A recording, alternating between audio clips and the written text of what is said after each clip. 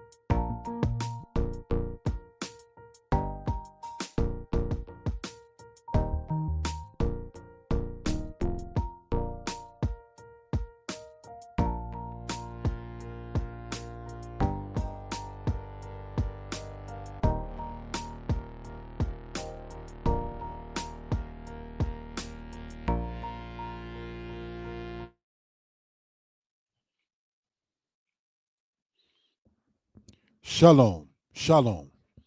How's everybody? We hope, we pray that everybody is well and will be better. This is your brother and friend, Yeshaya Israel, of the tribe of Dan of the house of Israel. Brothers and sisters, in this presentation, we're going to be having a part two of what we did the night before last, of what we did Friday night on the Sabbath. And that is Black History starring the Israelites. We ask you all to comment, like, and share. And we ask you all to, brothers and sisters, let me know what you think, good, bad, or indifferent, because a brother is open for constructive criticism. In part one, we went over the fact of the children of Israel coming from the land of the east. Brothers and sisters, we went over the fact of Ezekiel chapter 23, speaking of the origin of the nation of Israel, being from the land of Babylonia by Ur of Chaldees. And brothers and sisters, Creator willing, we want to get into the matter of Sumer, Sumer, and speak a little bit more about Ur of Chaldees, respectfully taking advantage of the fact of our people being attentive in what is referred to as, quote, Black History Month. We want to, from the Israelite standpoint, present what we're talking about historically. Some people may have an issue with there being a, quote, month set aside for, quote, Black history. And there are some on the other side that say that Black history is every day, every month. And so where we stand at, brothers and sisters, is that every day is history. Every day is something to sit there and learn from. But what we want to point out is what in particular part of history are we saying that we as a people come from? Now, in this particular one, we're going to be talking about the children of Israel in relation with the Egyptians mostly. We present that both ancient Egyptians and ancient Israelites is what you would call people of color, or for the lack of a better term, Black. And these are things, brothers and sisters, that we want to talk about. It is not on racist matters, but is more so about presenting a matter in truth. So, brothers and sisters, without any further ado, there will be an intermission in this. We want to sit there, if we will, family, okay?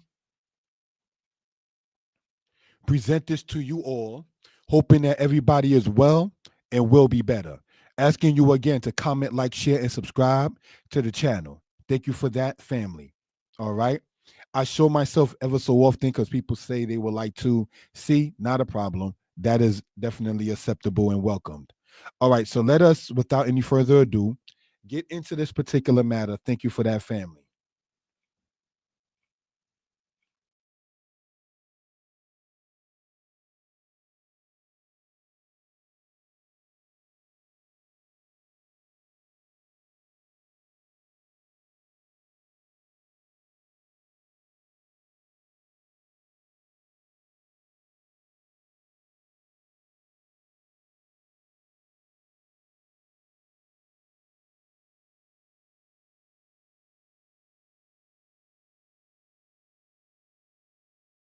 Let's do it as so. Let us pull up the PowerPoint, if we will.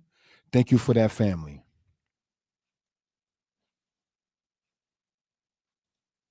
Now, brothers and sisters, let us look at this right here. It says part two regarding Black history. Now, the meme or the flyer, as it says, is this: the Egyptians and others were Black.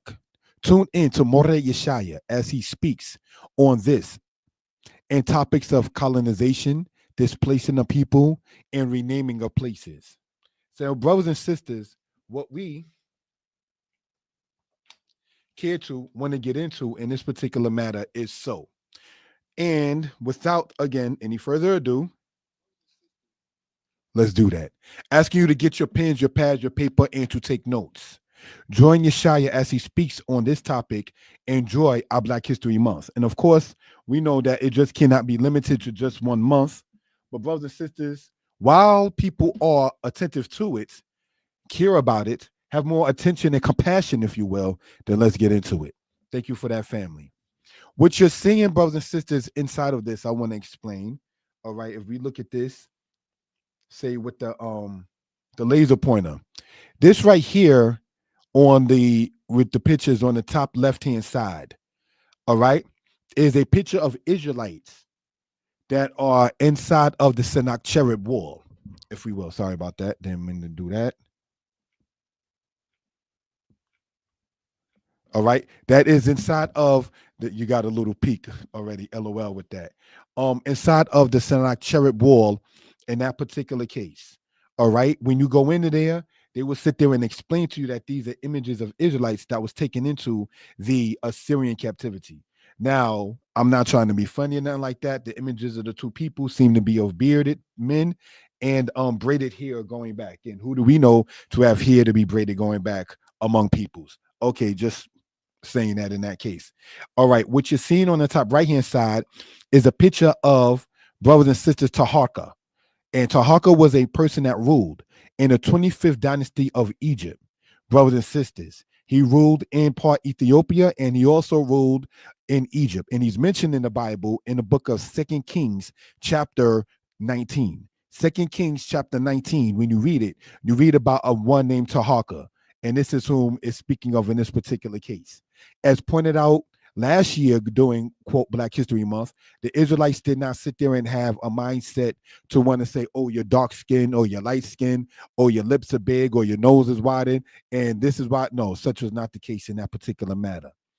What you're looking at is on the bottom left-hand side is from the 18th dynasty of Egypt, showing people of the Amu people or the Retenu people or the people of Kor, Khor, that were inside of Egypt, brothers and sisters. These people in the Bible will be called Syrians when the Greek translation is there, and Arameans when it's translated from the Hebrew, same people. And what we want to emphasize or point out in that particular case, brothers and sisters, is the fact that the people we're looking at and showing in history, even on the walls of Egypt, even from the matter of showing the people and their physical characteristics from the walls in Assyria, are people of color.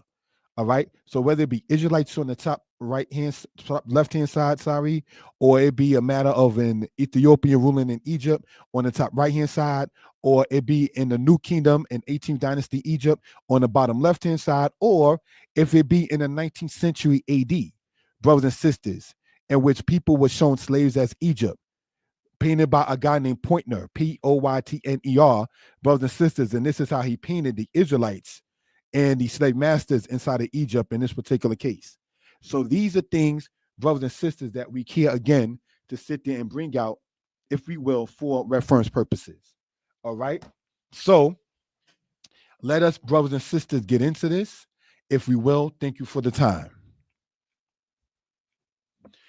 Now, what we're going to get into and talk about in this particular case here is due to the fact that some people wanted to keep on debating. There was a post that somebody made on Facebook, and the post that the person made was saying that the ancient Egyptians were black. Now, the people in the comments who may have not agreed with it, under maybe racist tones, under tones of disrespecting even the Egyptians, and could care less about their nationalistic spirit, just wanted to sit there and state anybody who essentially went through there was called an Egyptian. Such was not the case. Because when you know Egyptian history prior to the timing of Ptolemy's ruling, they were not Egyptians. They were ruling in Egypt, but they were not Egyptians, just the same. Brothers and sisters, when we go back here, for instance, and look at the top right side, Taharka, that was in Dynasty 25 of Egypt, he was ruling in Egypt, but he was not an Egyptian. And so these are things, brothers and sisters, again, that we care to sit there and bring out, say, for reference purposes. All right? So let us continue in this particular matter. The Egyptian history is based mainly on the matter of the rulers, that is to say, the pharaohs.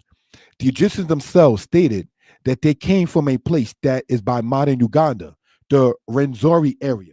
The Rwenzori Mountains by the area of Uganda today is south of modern day Egypt. So now, if according to the Egyptians, from dating from the timing after the Scorpion dynasty and talking about where they come from, starting with the era and the timing of ancient Egypt from the Old Kingdom era, if they're saying they're coming from south of where Egypt is, where did the Egyptians themselves in history state that they were ever European? Where did the Egyptians ever state that they come from another place? Many people, such as Godfrey Higgins, in his book Anacalypsis, cited Herodotus, and in citing Herodotus, stated that Herodotus, who was white, Herodotus, who was a Greek, sat there and spoke about the color of the Egyptians as being black, or Negro, or Swarthy, or dark-skinned. So, brothers and sisters, these are things that we care to bring out. So now, even if you want to talk about the term, quote, dark skin, where do the people of the Egyptians themselves, if we take what people will say primary sources, where did the people who are called Egyptians call themselves Europeans, or stated that they're from the area where we can today logically and reasonably put into the European continent? You can't, because the Rwenzori area is by the area of the Uganda, which is even south of modern Egypt. You understand? That is not European. Now, brothers and sisters, sidebar, in a way, the Bible speaks about the Egyptians coming from the land of Patros. You understand? Patros or Piteret is, brothers and sisters, modern day Sudan. So whether you take the biblical citation in Uganda and Sudan, you can say it's kind of close to each other, if you will, depending upon colonization and naming of places. But both the Bible and the Egyptians themselves speak about the Egyptians coming from a place south of modern Egypt. So where then do we get the concept of saying that the Egyptians would have perhaps been of European people? Absolutely not. And these are things we care to bring out for reference purposes. All right. The Bible speaking about the children of Israel, we went over last Friday night on the platforms. Thank you for the people subscribing. Thank you for the people sharing the matter. The children of Israel is known for coming west. Pardon me, I totally stand corrected. The children of Israel, according to the Bible, nationally, natively, came east of where the land of Israel is. So just like the Egyptians came from south of where the Egyptians eventually ended up in history, the children of Israel came from east. So we have to sit there and note where a people themselves are saying where they come from. So these are things, again, that we care to point out for reference purposes. All right, let's get into this. The fact too remains the legal matter of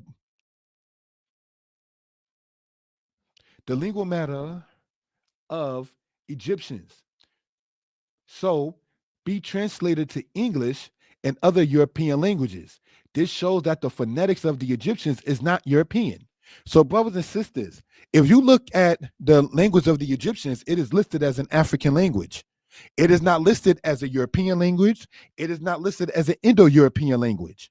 So these are things, again, that we care to bring out. So whether you take from their own historical foundation and statement, or you look at the linguistics that even people in modern times make a chart of, Egypt, Mizraim, Samatawi, does not go back, brothers and sisters, to the Europeans. So let's look at this and continue in this particular case. If we take history, like the fact the rulers of Egypt is mainly from what is said to be of the Menetholists, there is the Old Kingdom from Dynasty 1 through 6. Then the first intermediate period from Dynasty 7 and then to part of Dynasty 11. Then the Middle Kingdom, which we spoke upon yesterday on the platform. We spoke about the Middle Kingdom of Egypt, all right, on the channels. Thank you for watching. From part Dynasty 11 to Dynasty 13. Then the second intermediate period from Dynasty 14 through 17. This includes the time where the Hyksos ruled. Now, brothers and sisters, while Dynasty 14, 15, 16, and 17 was going on, you had two different dynasties in the country of Egypt at the same time. The northern part being above the Hyksos, the southern part being of the native Egyptians. So now, if you were to take the list of the Hyksos kings ruling in Egypt, not understanding that the people called Hyksos or Hakuksoswet were not indigenous Egyptians, you might just say, hey, you got the Egyptians there. But no, the Egyptians we want to point out were very nationalistic. So let's continue with this, if we will. All right. Then the New Kingdom from Dynasty 18 to 20. Then the third intermediate period from Dynasties 21 to 25. The Tahaka we spoke of earlier is in Dynasty 25. Then the late period from Dynasty 26 to 30. Then the Ptolemy era. There were 7 dynasties. There were dynasties in Egypt that were not native Egyptian. Now, what am I saying in this case? Of the dynasties that we spoke about ancient Egypt, there were some of them that were not indigenous to the Egyptian people. Let's continue. All right. Dynasty 15 to 16 were the Hyksos. Dynasty 22 were the Libyan, who were called the Libu and the Meneptah Stela. Dynasty 25 was the Kush or the Nubian dynasty. Dynasty 27 was that of the Persian with Darius, the same Darius mentioned in the Bible. Dynasty 31 was Persian again. And then we have Dynasty 32, which was Greek. So the Greeks came to rule Egypt with the timing of Ptolemy after Alexander died. The fact Cleopatra did speak ancient Egyptian and is shown as being impressive as such being of a European shows that the lingual matter of the Egyptians and that of the Europeans is not the same.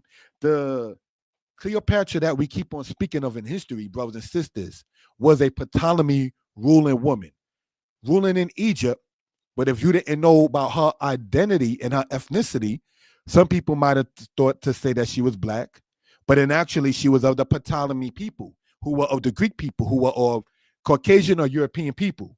So these are things, again, brothers and sisters, to sit there and care to bring out, if we will, for reference purposes. All right. Any questions or comments, please feel free to put it into the chat. We are on the platforms Mora Yeshaya Torah Lessons, Mora Yeshaya History Lessons, and the Facebook profile Yeshaya Author Danite. So let us continue, brothers and sisters, in that particular case. The fact of what is known today of Egyptian language comes from the Rosetta Stone dating to the time of Ptolemy V, where Greek is used as a basis to understand Egyptian, shows that the languages are different. Brothers and sisters, in order for them to, quote, dissect or understand Egyptian language, they had to use what is referred to in history as the Rosetta Stone, dating from the time of Ptolemy V. Ptolemy V, brothers and sisters, was in the era of the second or third century, I want to say third or second century BCE. He was Ptolemy V, for the lack of a better term, a white man. So they used Greek as a catalyst with hieroglyphics on the other side of a stone to sit there and decipher what they understand about the Egyptian language. If that is the case, then again, it shows that the Egyptian language is not of the Greek language, not of the Latin language, not of the mother and father of European languages. So the Egyptians were not European, nor was their language. Let's continue, brothers and sisters, in this. This is not a racist statement. Regarding the fact that Ethiopia was not conquered by Europeans, like the Egyptians and the Hebrews, shows that in Dynasty 25, there was no way to show the Nubians as looking European. In Cecil B. DeMille's film called The Ten Commandments, brothers and sisters, they had to show, brothers and sisters, the people of Ethiopia as being people of color. See, they could show Yul Brynner being a European. They can show Charleston Heston being an Israelite, because both the Egyptians and the Hebrew people were conquered by the Europeans. But because the Ethiopians / the Nubians were not conquered and still able to sit there and speak for themselves about who they are, you had to sit there and show them in their proper image. So these are things, brothers and sisters, that we care to bring out for reference purposes. All right? Regarding the fact of the mummies having, quote, straight hair, the fact remains that for black people's hair to be shown as, say, that of an afro, the fact remains that black people's hair show to that of be an afro, shows that it has to be alive, have breath, and be maintained. So, brothers and sisters, you do know, sadly, that when a person does die, your hair still grows. But if you don't maintain it, it's just going to sit there and, quote, look straight after a while in that particular case, because there's no breath, there's no life in it. And some people, believe it or not, actually look at the fact of the mummies, which we're going to talk about, as to say, see, their hair is straight, so that means it was that. No, stop doing that. Brothers and sisters, this Arabian guy tried to sit there and say, oh, well, you're not Egyptian, and I never said I was. I just simply was pointing out that the Egyptians were black.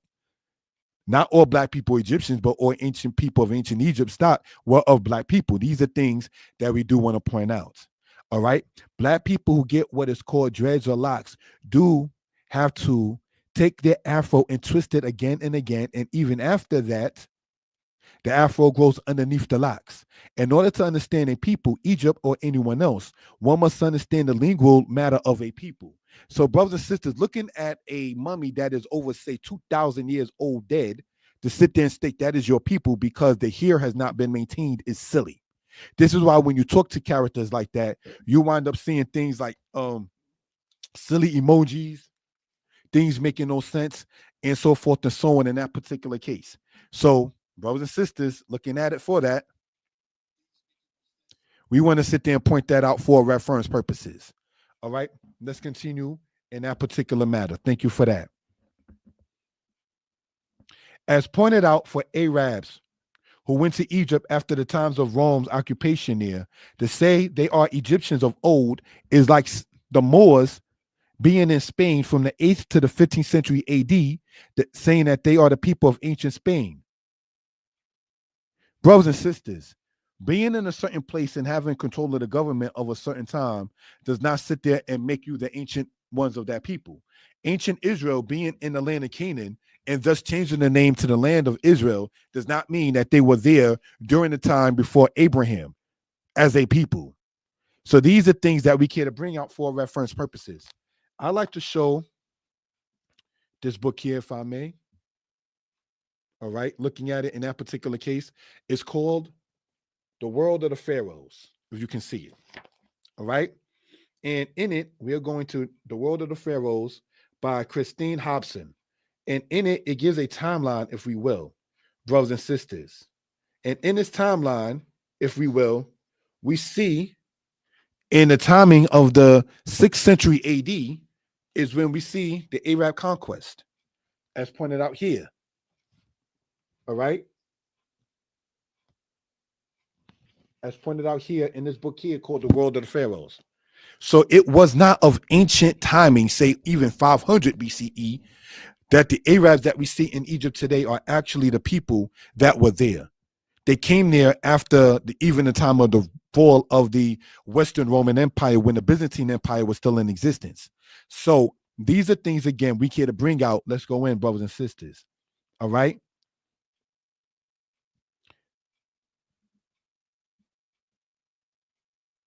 Being in a place for a while does not mean you have, quote, squatters' rights to the culture and legacy the people who were there have and left. Antiochus III, in the battle that he had against the Ptolemies, he was going and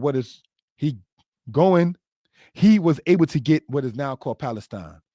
Let's explain what we're talking about, brothers and sisters, because Palestine, brothers and sisters, I remember talking to some people who were Palestinian when I said Israel. They was like, it's Palestine. So that kind of made me begin to think like, wow, you are Muslim, which means that you subscribe to the Quran, which means that the Quran in chapter 17, which speaks of the children of Israel, do you sit there and ignore that for political status and so forth? Do you take your /culture /religion /understanding in spiritual matters, the Arabs of the world, and take that aside saying, oh, this is Palestine? Palestine got that name, brothers and sisters, as we pointed out here, from Hadrian of Rome. When did the Arabs go into the land of Israel?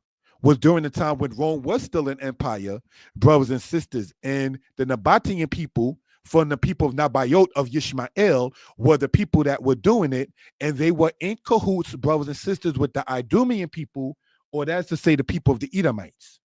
So these are things, again, brothers and sisters, we care to bring out for reference purposes. All right. Now, it points out here that Hadrian of Rome was a Spaniard. Hadrian named it in honor of the Philistines in an attempt to rid the Hebrew name of that place. Just the same, the Egyptians, okay, did not call themselves such. They were called that. That renaming of lands and people, too, must be understood. Did, for instance, the people called Greeks call themselves such? No. They were called that Grecos by the Romans. They called themselves Hellenes. Did the people we mentioned earlier called Hyksos call themselves that? No. So even when dealing with Native Americans, they didn't call themselves Americans. They called themselves according to their tribes and peoples. There is a people in the Gondar area of Ethiopia that are called Falasha. They do not call themselves such.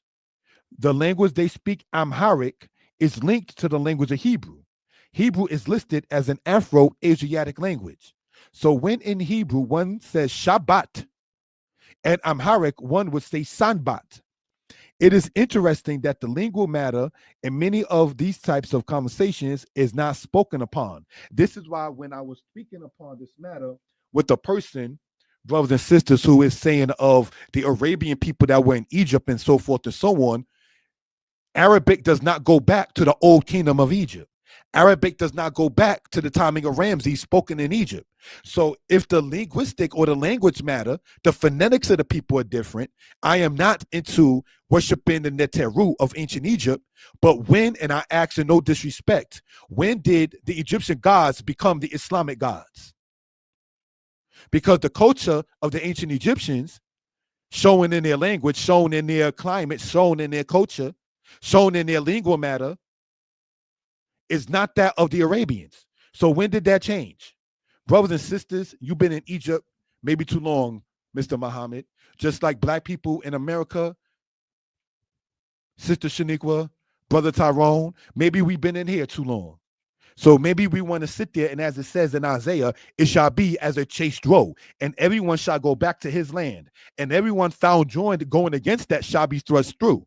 So, brothers and sisters, we definitely know that all things will come to where it's supposed to be. Truth will come up, brothers and sisters. And as it says in the same prophet Isaiah, after citing Isaiah 13, we cite Isaiah chapter 20, Isaiah chapter 24, where it says, brothers and sisters, the earth will no longer hold the blood that's been spilt upon it. So these are things, brothers and sisters, that we care to sit there and again and bring out for reference purposes, if you will. Right? Let's continue. Getting into this matter here.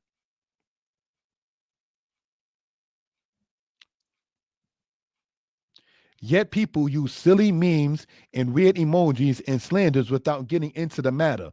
Brothers and sisters, again, as pointed out, if Cleopatra of old, who was, for the lack of a better term, a white woman, was noted as being some kind of great person for speaking ancient Egyptian, it goes to show that ancient Egyptian language, that they would have spoken the Old Kingdom, that they would have spoken the Second Intermediate Period even, that they would have spoke during the time of the 19th dynasty, that would have definitely been around spoken in the time of Tahaka, and brothers and sisters, as the house of Israel definitely was spoken by our patriarch Joseph being in Egypt. It's not European. The language, the culture is not of the Europeans. Neither is it of the Arabians.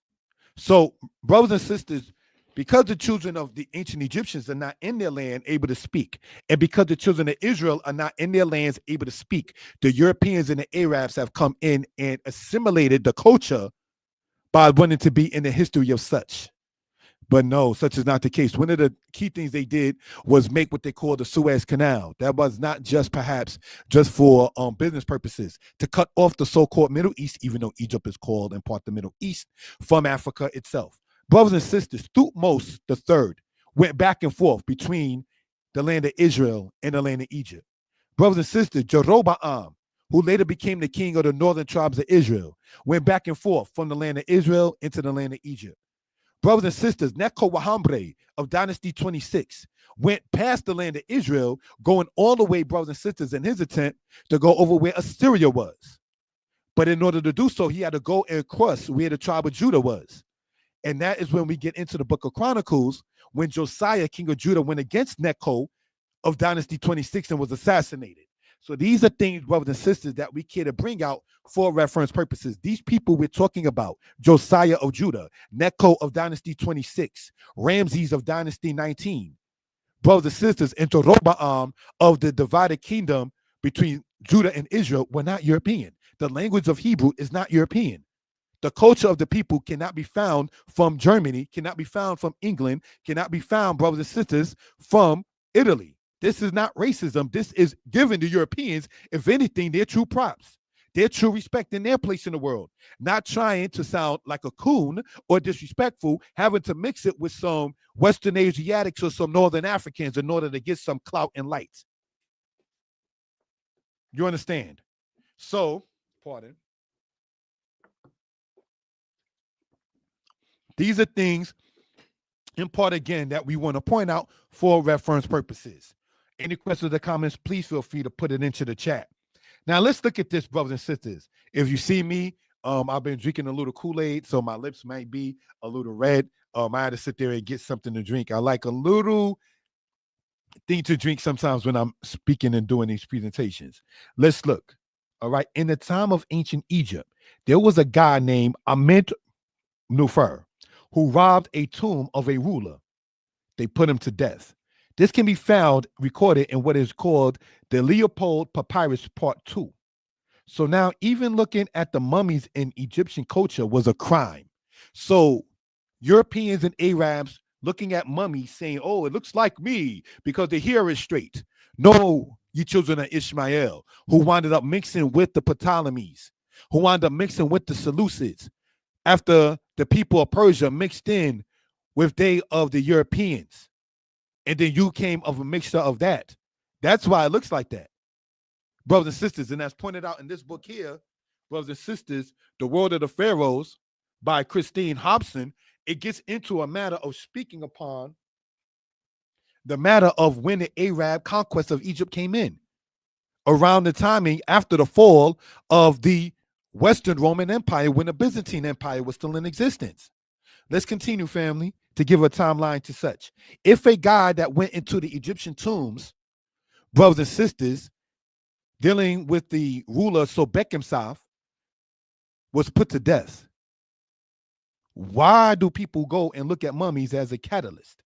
Be it the Black conscious community, for the lack of a better term, or the Arabs that show it inside of the museums. The ancient Egyptians weren't like that. All right, let's look at this. Howard Carter would not get love from Egyptians for, quote, finding Hatshepsut. Hatshepsut even spoke of the, quote, barbarians who were in history called the Hyksos. They also of the Amu Asiatics of time before Hatshepsut. So Hatshepsut was ruling, brothers and sisters, in Dynasty 18. What she was talking about and saying the people of the barbarians, they who were not of the Egyptian people, were still black people that were ruling prior to her. So, brothers and sisters, we cannot take a civilization or a historical place like ancient Egypt, having different dynasties, 32, the last one being white, and then try to sit there and say, well, they must have been back there too. Because the fact, if you want to look at it, the fact of them having dynasties shows it to be different. Then when you try to sit there and talk about it, oh, well, you had sub-Saharan Africa.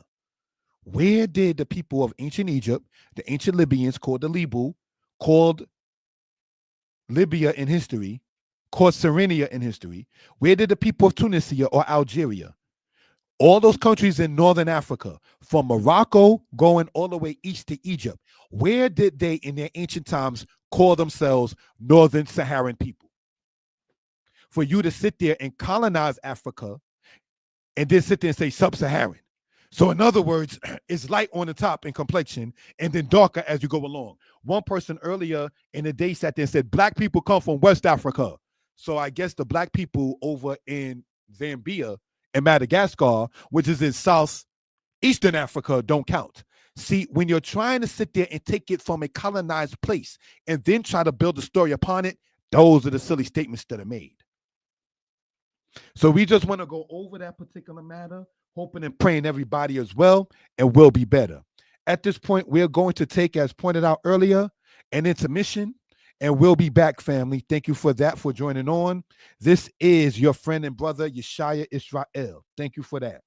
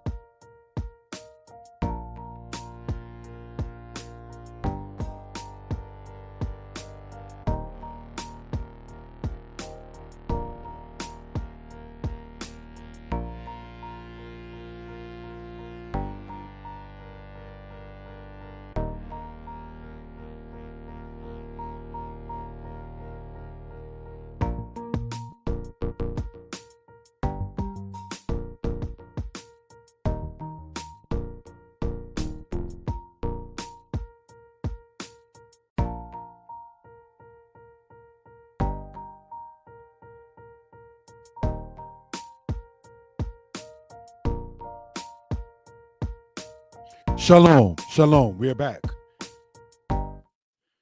Giving honor and praise unto our Maker, the Most High, the Creator, the Maker of heaven and earth. We're going to do it like this, if we will.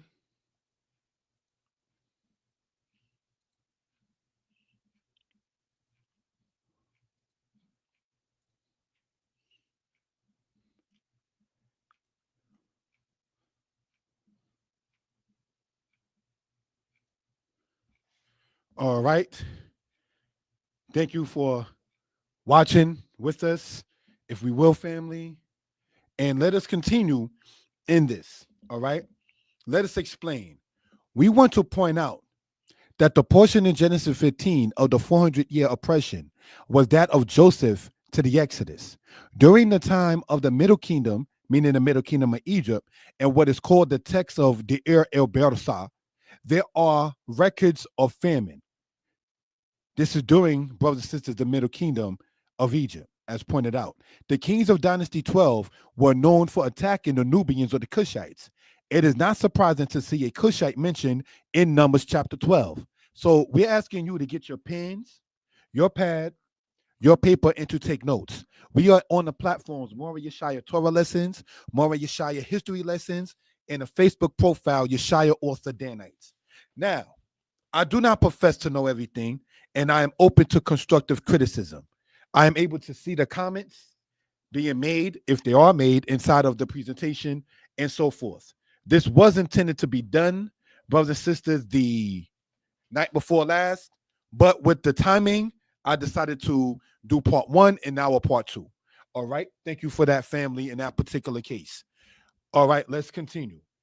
The Bible in Exodus says in chapter 1, now there arose a new king over Egypt who knew not Joseph. Now, what does it mean when it says this new king over Egypt who did not know Joseph? I've heard different understandings. He knew him or of him, but didn't want to respect him. That's one explanation. He really didn't know of him because he wasn't taught about him. That's another explanation. And the other one is he didn't care to know, even if he was able to know. So let's continue.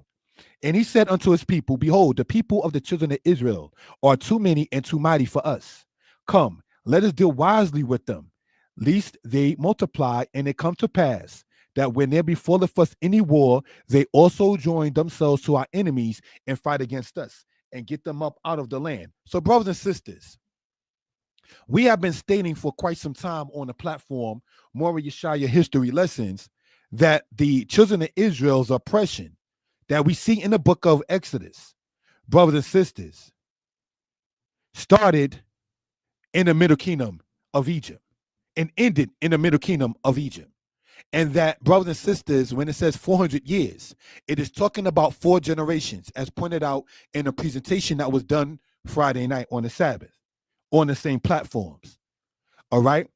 So you had Joseph and Levi, who are brothers. And then you had from Levi or Levi or Lewi, you had Kohath eventually, who had Moses eventually through his son Amram. So Levi, Kohath, Amram, Moses. Moses and Joshua, same time frame. Under Joshua, they went into the land of Israel, which was then known as the land of Canaan. So these are things that we care to bring out when you speak about the 4 generations or the 400 years is what that is talking about. Now, when it says there arose again a new kingdom over Egypt who knew not Joseph, many scholars have talked about that being the 18th dynasty. And then culminating by saying, because Ramses is mentioned in Genesis and in Exodus, that during the time of Ramses II is when the Exodus happened under the new kingdom. Not taking into effect of the chronology that we're going to be talking about shows it that some of them were at the same time. For instance, as we talked about earlier, the dynasties of the second intermediate period were all at the same time. 14, 15, 16, 17, you had 14 and 17, while in the southern part of Egypt, while you had 15 and 16 in the northern part of Egypt. So these are things we want to point out for reference purposes. All right, let's continue. Let's point out too, sorry about that, that the Egyptians were talking about least therefore any war, and they, the Israelites, joined to their enemies. Brothers and sisters, the main enemy during the time of the Middle Kingdom of Egypt, if we will, were the people of the Nubians. Because when we go over the timing of the ancient Egyptian rulers of Dynasty 12, we're going to see what they were into. Let's continue, family. The matter of Hebrew, Ibri, one who passed over. According to Chauville in his book, Biblical Archaeology and Focus, we see the name Habiru varies in that from Sagas in Sumerian language to Habiru, Kabiru, Hapiru, Apiru, Habiru. The P and B in many ancient languages were interchangeable, just like the Sha and Sa, the SH syllable and the S syllable, when you're dealing in what is referred to as transliteration. All right? In Akkadian, there can be little doubt that the name Hebrew derives from the term. The word denoted in social class rather than an ethnic group. So, brothers and sisters, the people who were called even Hebrews, they only call themselves that in many cases, like many Bible dictionaries point out, when talking about themselves to other people. They themselves didn't call themselves that. But for social matters, as a social class, we are the Kabiru. So now when you look, for instance, in the book of Exodus chapter 5, and Moses says, the God of the Hebrews have met with us. When you go in the book of Genesis, where Joseph himself calls himself a Hebrew, stolen from the land of the Hebrews, the Kabiru, the Hapiru, or if you were to go as far as ancient Sumeria, the Sagas. These are all the same names speaking about a social class of people. But yet this people that are spoken about in a social class did have their own ethnicity. P. Johnson, in his book, The Civilization of Ancient Egypt, stated this: a number of Egyptian documents refer to the Apiru from the Akkadian tongue Hapiru or Habiru, hence Hebrew. To the Egyptians, this did not mean a special racial or ethnic group, but a social concept, inferior people who were employed on forced labor. That is according to P. Johnson in his book, Brothers and Sisters, which, not trying to be funny, the cover of that book is the same color of one of my new favorite colors, green. All right. And may she rest in peace. Green was also the favorite color of my mom. All right. So, brothers and sisters, when getting back into this particular matter here, Paul Johnson, in his book, The Civilization of Ancient Egypt, speaks about a number of Egyptian documents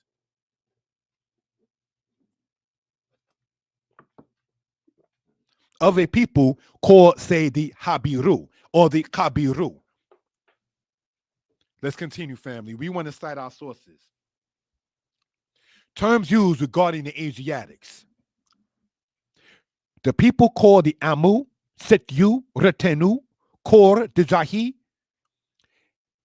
were all people that came, brothers and sisters, whether biblically of the people of Shem or the people of Ham. You would have Egyptians calling Canaanite people Amu or Asiatic, because the children of Ham did go also into what is now continental Asia. You know that by even looking at who started the Babylonian Empire, which is even east of Canaan, which was Nimrod, who was a Cushite, an Ethiopian. So these are things, brothers and sisters, that we care again to point out for reference purposes. All right?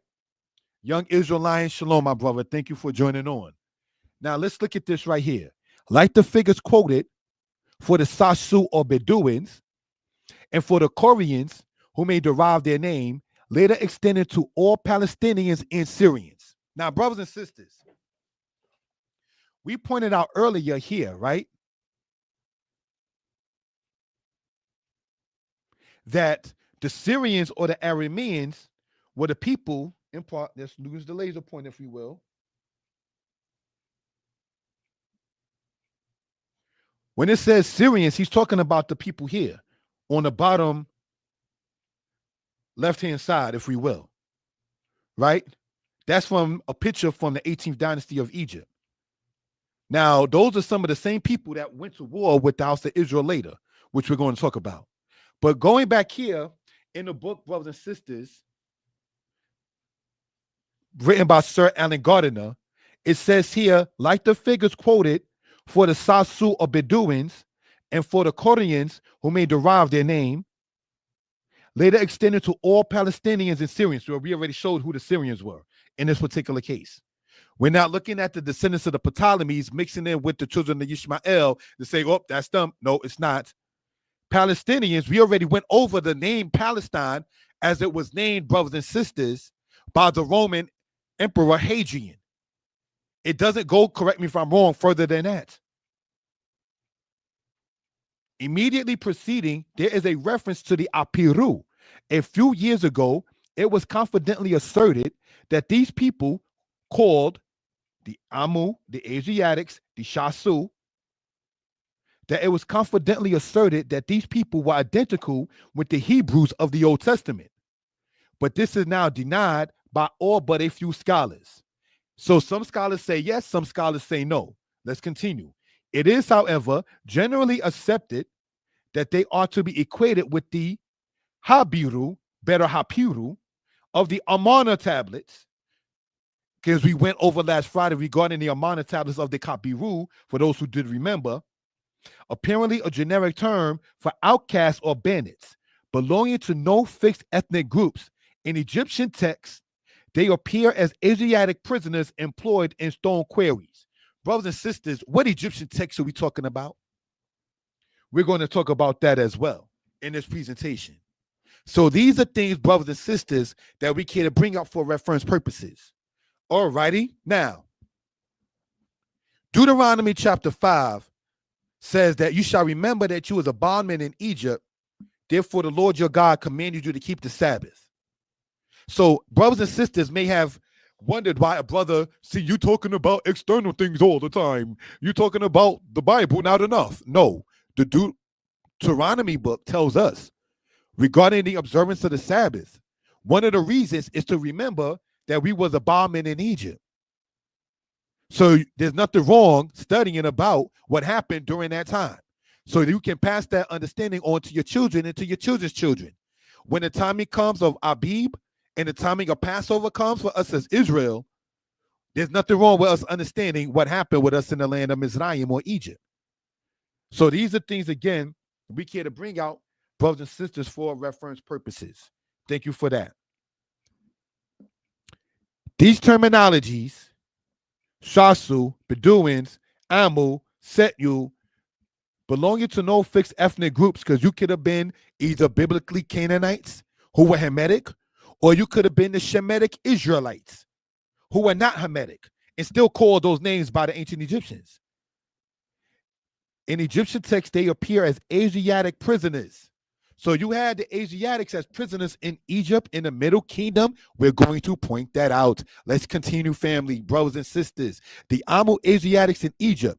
Now, why did I put that there on the left-hand side? Where it says, Dan shall be a horned snake in the path that bites the horse of heels. Because the conscious community said, like somebody said in a presentation that was being done Friday night, there's zero evidence of there being an Exodus. Maybe you forgot that somebody did study something, that somebody cared to bring something out. Brothers and sisters, let's look at this, if we will, right? Looking at it with the pen.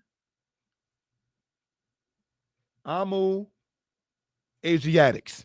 That is from the book written by Sir Alan Gardiner. The name of the book is called Egypt of the Pharaohs. Egypt of the Pharaohs.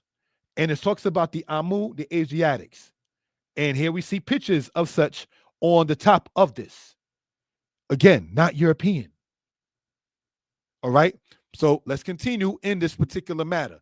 Amu captives in Egypt. You find this particular image, little stone kind of thing, or image kind of thing, or person kind of thing. You find that in the Heck Museum in the land of Israel today. Shown with a little afro, brown skin, if you will. Amu captives in Egypt. Let's continue. And it's dated to the timing of the to Dynasty 12 of Egypt or the Middle Kingdom. I was going to say second intermediate period, my fault. Let's continue. Amu captive in Egypt in the depiction of the Exodus. What are we looking at here, brothers and sisters? When it says here, say a depiction of the Exodus. And what are we looking at and seeing in this matter? This is from, brothers and sisters, the temple that they call Dor Europos on the right-hand side, where Israelites were living in the land of Aram or Syria and painted pictures of the Exodus after the fall of Jerusalem. Dor Europos temple, as it's called today, is where that image comes from. And that is an image ancient Israel made of the people in the Bible, Moses and Aaron, in the Exodus. So just wanted to point that out, if we will, for reference purposes. Asiatic shown from the Middle Kingdom of Egypt. So what are we seeing here in this particular matter? Afros, people going into the land of Egypt at a particular time. As we've been pointing out, let's move on.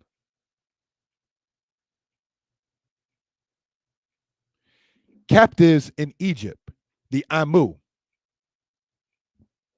Brothers and sisters, the picture on the right-hand side is said to be from the old kingdom of Egypt, still showing an Asiatic captive.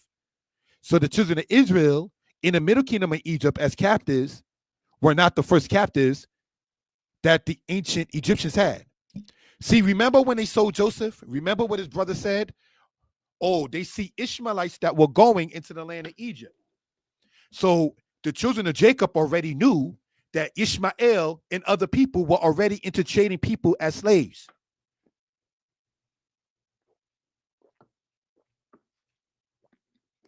For the children of Israel, the patriarchs themselves of Israel, from Reuben, right on down to Zebulun, because Benjamin wasn't with them with the son of Joseph, for them to sit there and see Ishmaelites going to Egypt, and for them to understand, though it was not righteous but wicked, for them to say, you know what, let's sit there and sell our brother over to these people. That means that trade of slaves by people who were Asiatic into Egypt was not a new practice, because they knew about it. So these are things, brothers and sisters, that we care to bring out for reference purposes. Let's continue, family. Tel El Dab'a, archaeology of today. Tel El Dab'a is the land that we've been talking about for the past presentations, called Avaris, which in ancient Egyptian time was called Hut Rawet, also called Pi Ra'amseh. Let's continue, family, in this particular manner. And this is what we're talking about in here, if we will, right?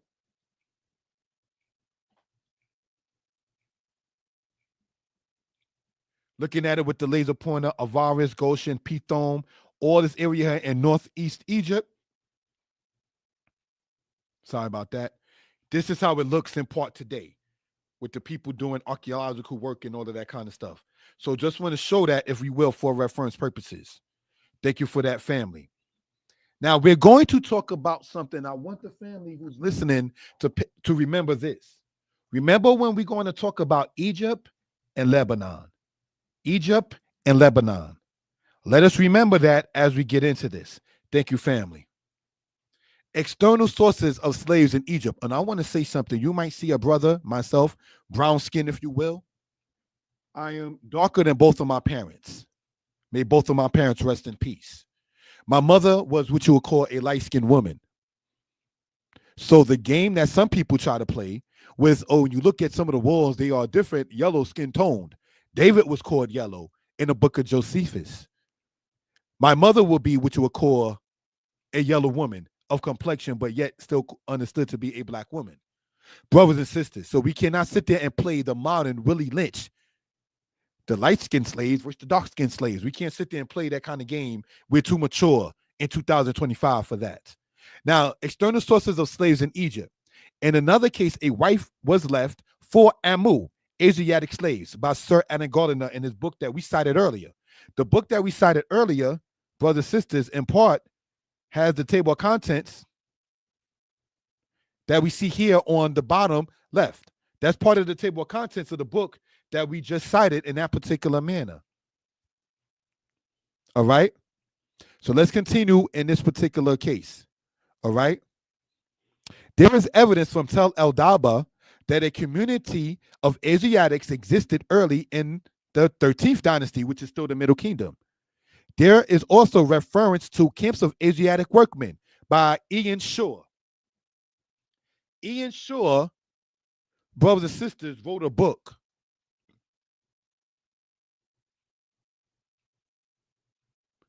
that is online. Why do I sit there and go through all of that?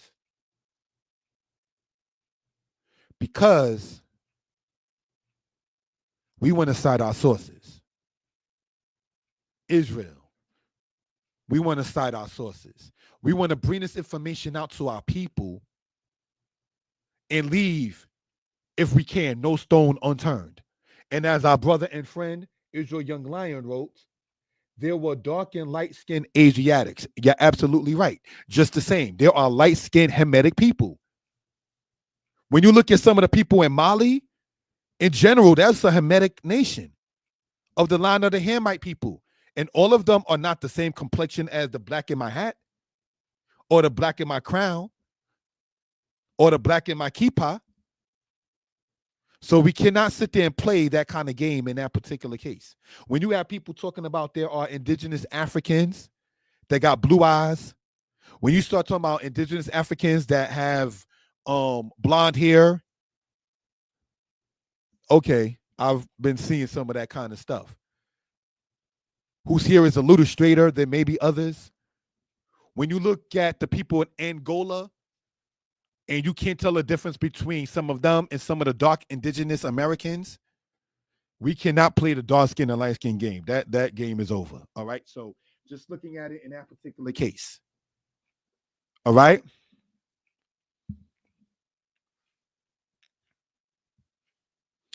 Not until the Middle Kingdom is there evidence of Nubians and Asiatics as domestic slaves in Egypt.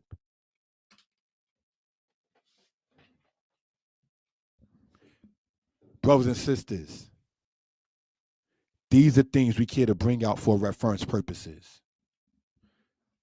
Ted East wrote, those Egyptian paintings show people with blonde hair and blue eyes.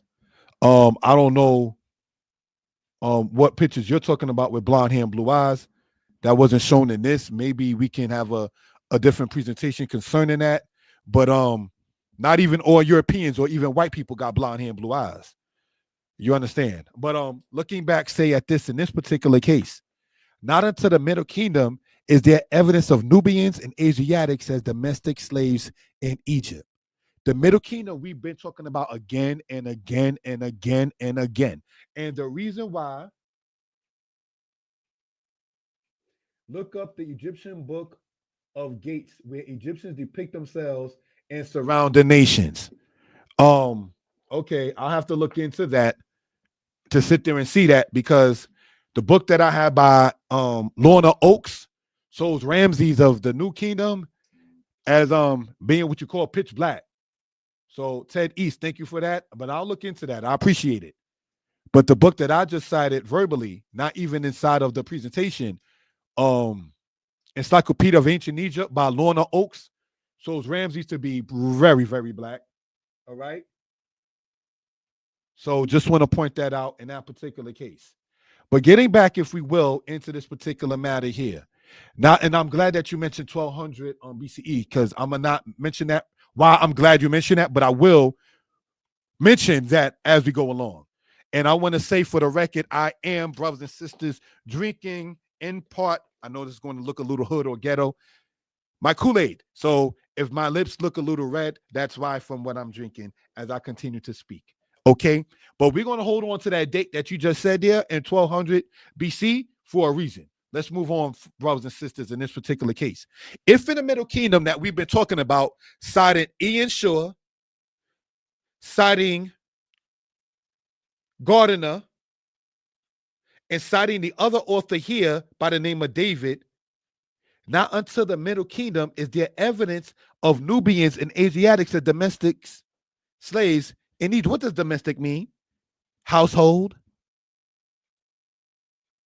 Let's go on and see what the Egyptians had to say in part. All right.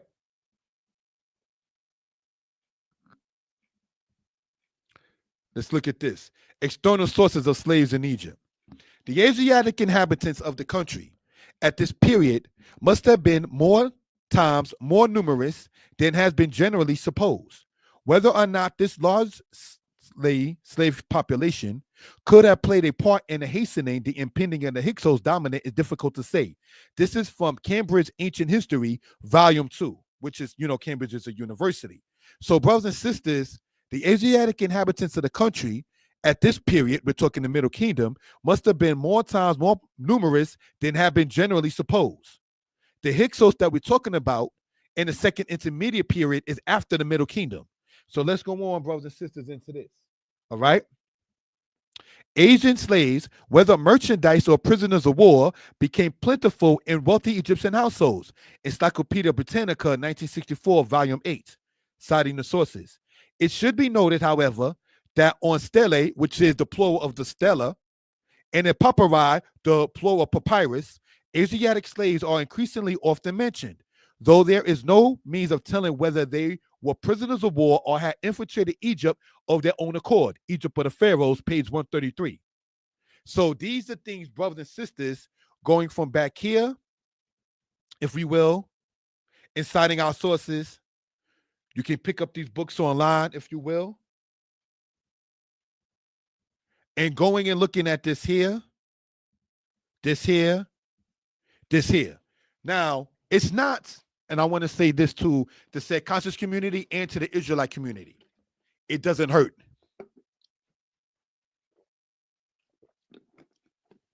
It doesn't hurt Israel to go into that particular matter just as much as we as black people, knowing ourselves as Israel, talk about the Atlantic slave trade and what happened in slavery. And conscious community who doesn't believe anything about the Bible, we're showing sources that are external to the Bible, if you will. Let's continue, family. Josephus on the matter we are discussing, Antiquities of the Jews. They, the Egyptians, became very abusive to the Israelites and contrived many ways of afflicting them. For they enjoined them to cut a great number of the channels for the river and to build walls for their cities and ramparts, that they might restrain the river and hinder its waters from stagnating upon its running over its own banks. Because we're talking about the Nile that overflows. They put things there to cause it to not have the overflow. That was too high, that is. They set them also to build pyramids, and by all this wore them out, and forced them to learn all sorts of mechanical arts and to accustom themselves to hard labor. Brothers and sisters, these are things that we care to bring out for reference purposes. Middle Kingdom of Egypt took place circa, or the time frame, 2000 to 1600, 1600 BCE, standard chronology. During the time, the 11th, 12th, and 13th dynasty strived. Egypt emerged as an imperial power. Egypt also started gaining power of Nubia with its military force. Why do we talk about that?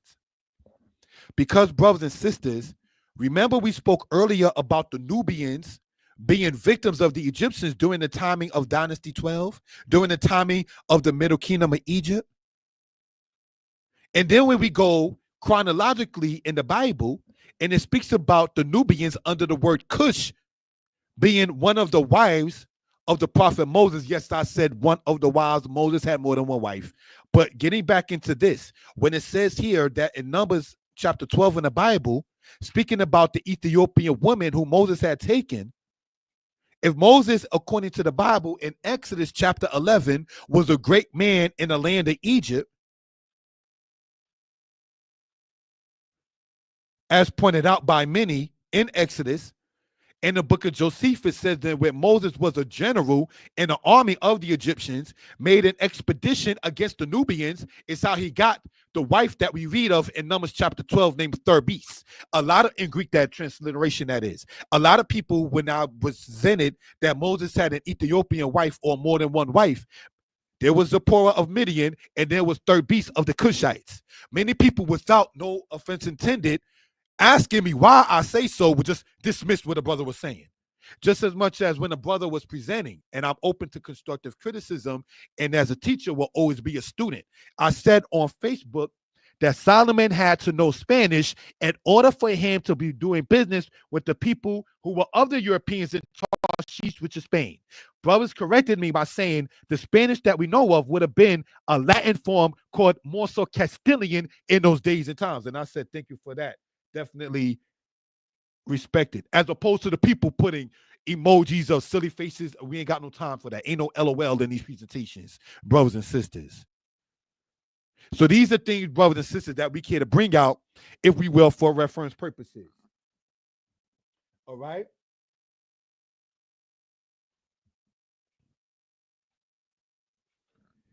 It says, according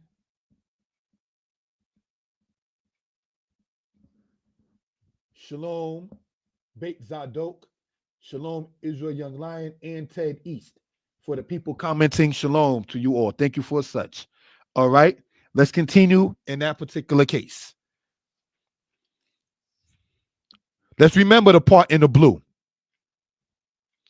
Comment, like, share. Egypt has 138 pyramids, and 59 are from the MK, or the Middle Kingdom of Egypt.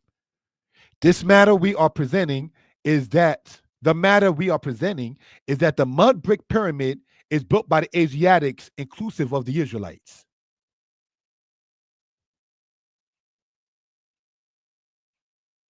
So now when we read in Josephus, and it says about the people, brothers and sisters, were made to build pyramids, this is part of what we're talking about on the right-hand side.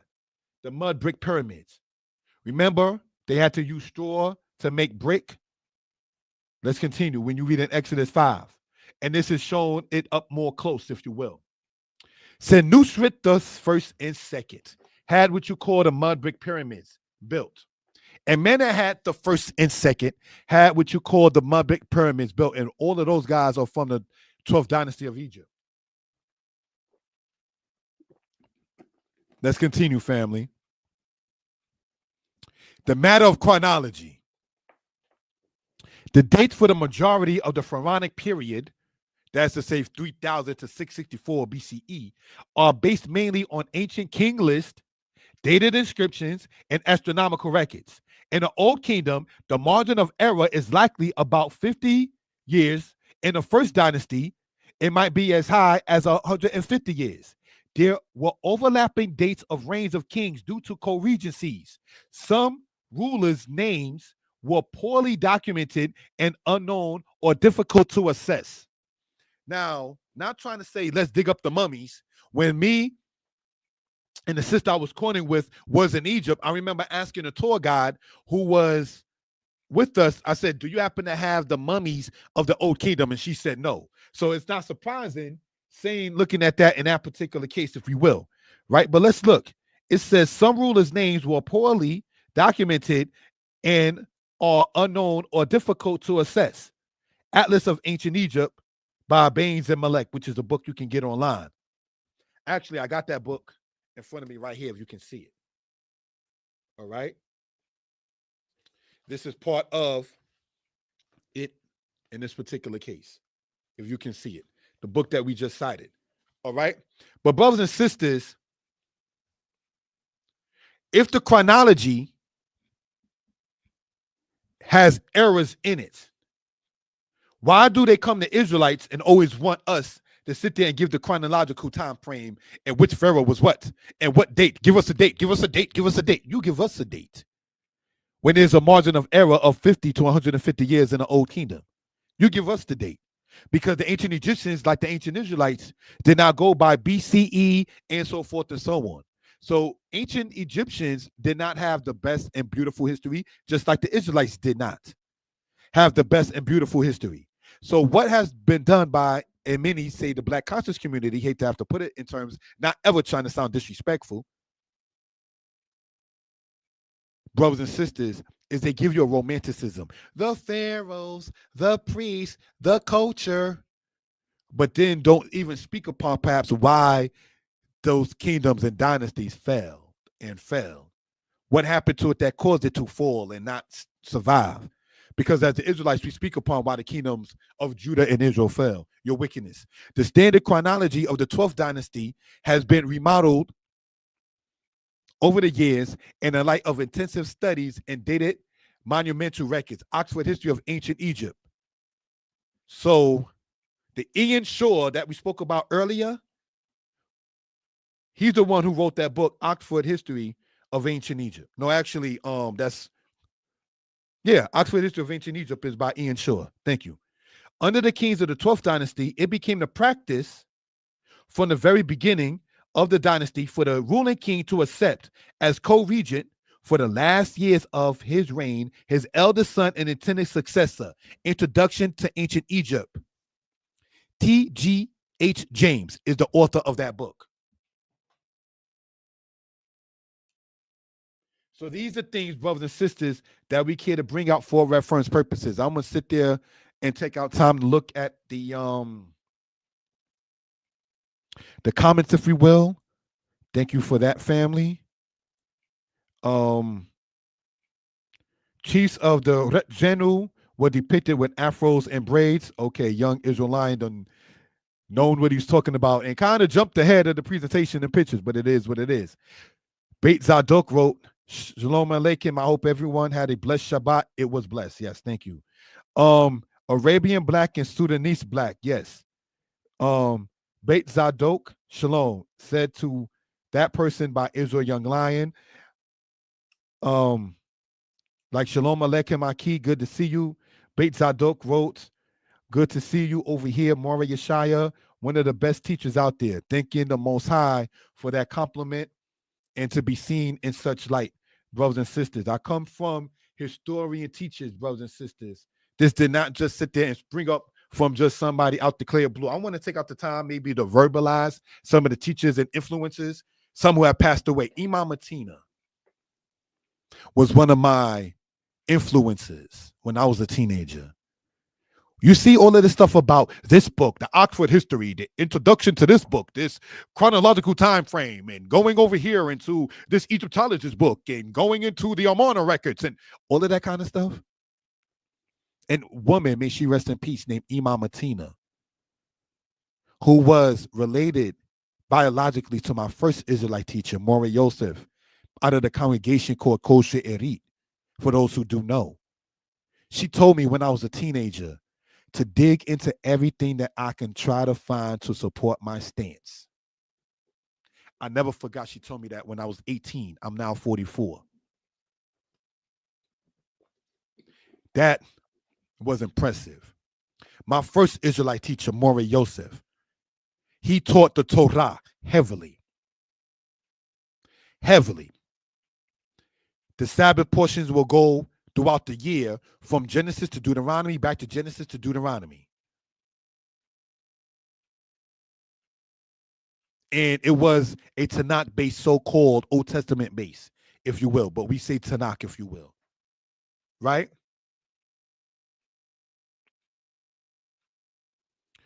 What are we saying in looking at in that particular case? Going from Genesis to Deuteronomy, giving respect on a human level to my very first Israelite teacher, Mora Yosef ben Ephraim, who started the congregations Kol She'erit and the congregation of Shaba, for those who do know upon that history with that, right?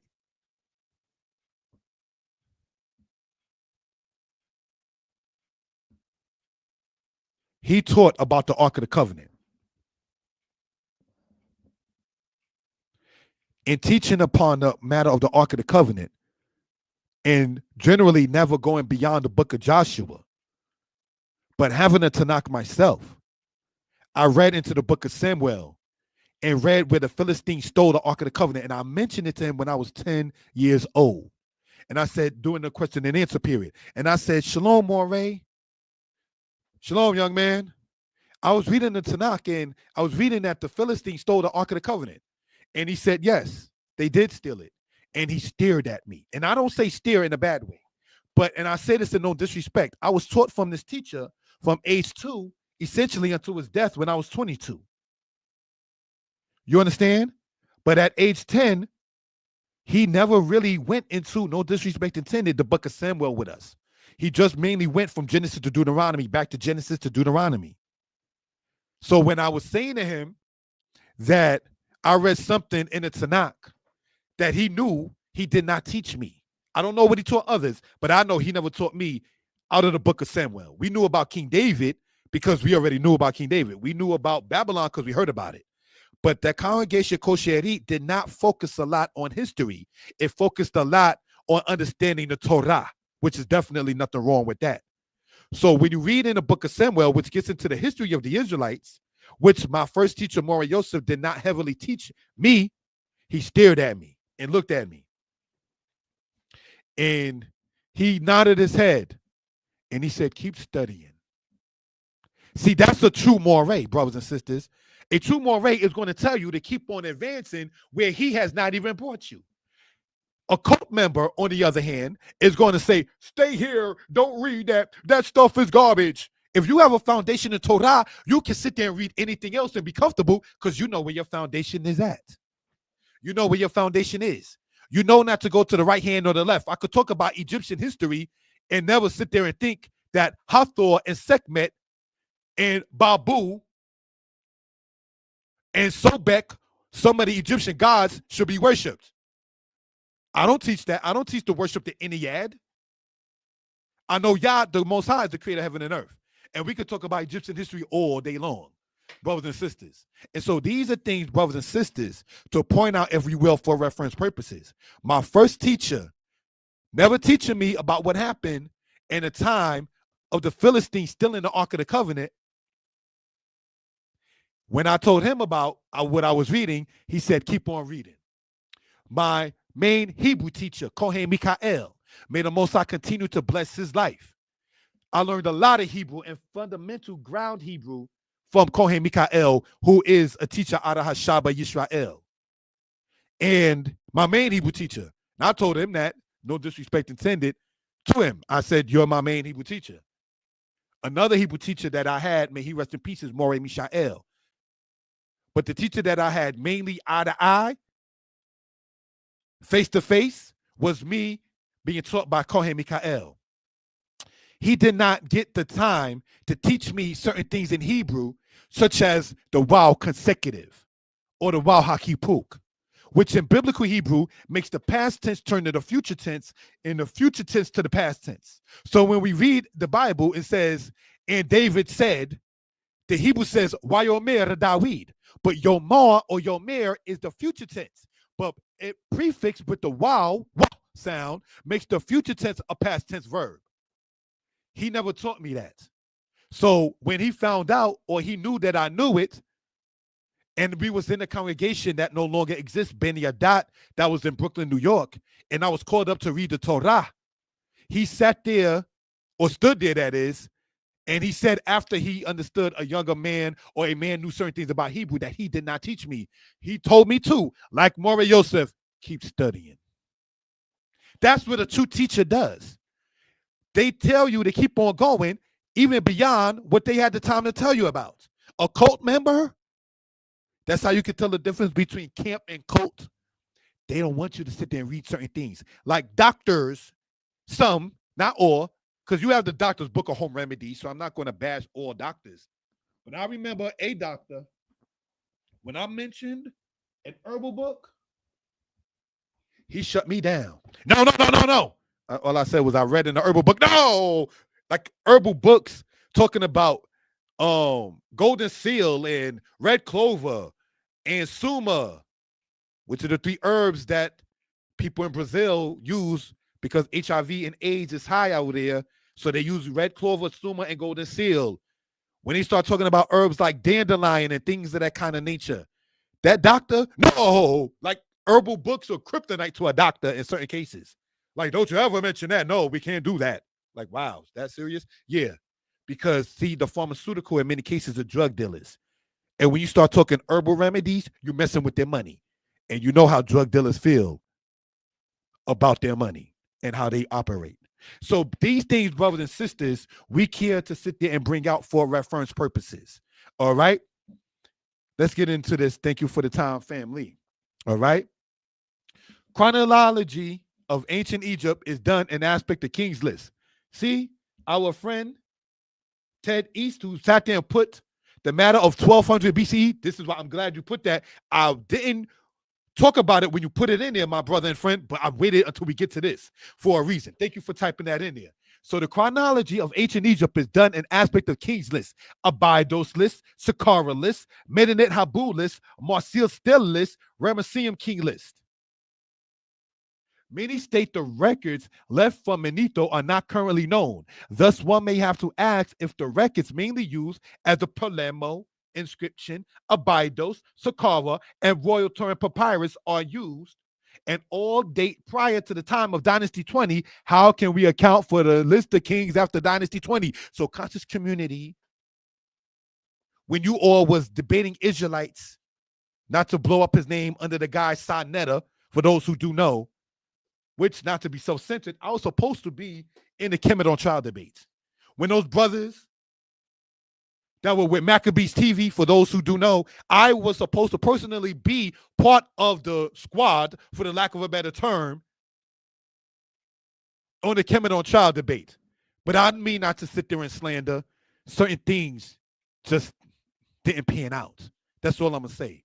So I took my little princess out and didn't go to that matter where people paid and didn't get what they wanted. Then at publications, we try not to operate like that. You understand?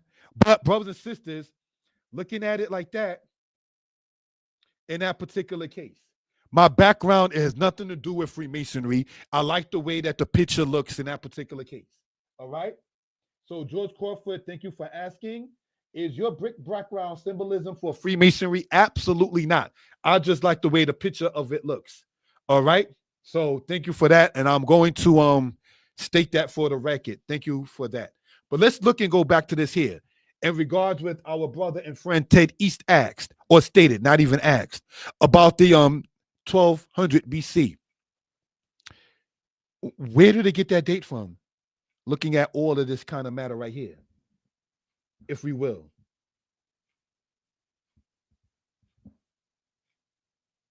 Have I spoken to Zion Lex before? Me and Zion Lex used to go to the same congregation back in the 1990s. Yes, I have spoken with Zion Lex in the past. To answer your question, my brother Mark Asbury, Shalom, same to you, Shalom. And again, no, the brick background has nothing to do with Freemasonry in that particular case. All right, so to Ted East and everybody else who speaks about the dating system, we wanted to sit there and talk about the dates for the majority of the Pharaonic period from 3000 to 664 BCE. Includes the 1200 BCE that you mentioned, our brother Ted. And if there's implications of it being not accurate because of co-regencies where two kings ruled at the same time, but on the king's list is listed 1, 2, 3, 4, 5. Meanwhile, 4 and 5 could have been ruling at the same time and makes the Egyptian chronology seem longer than it actually is.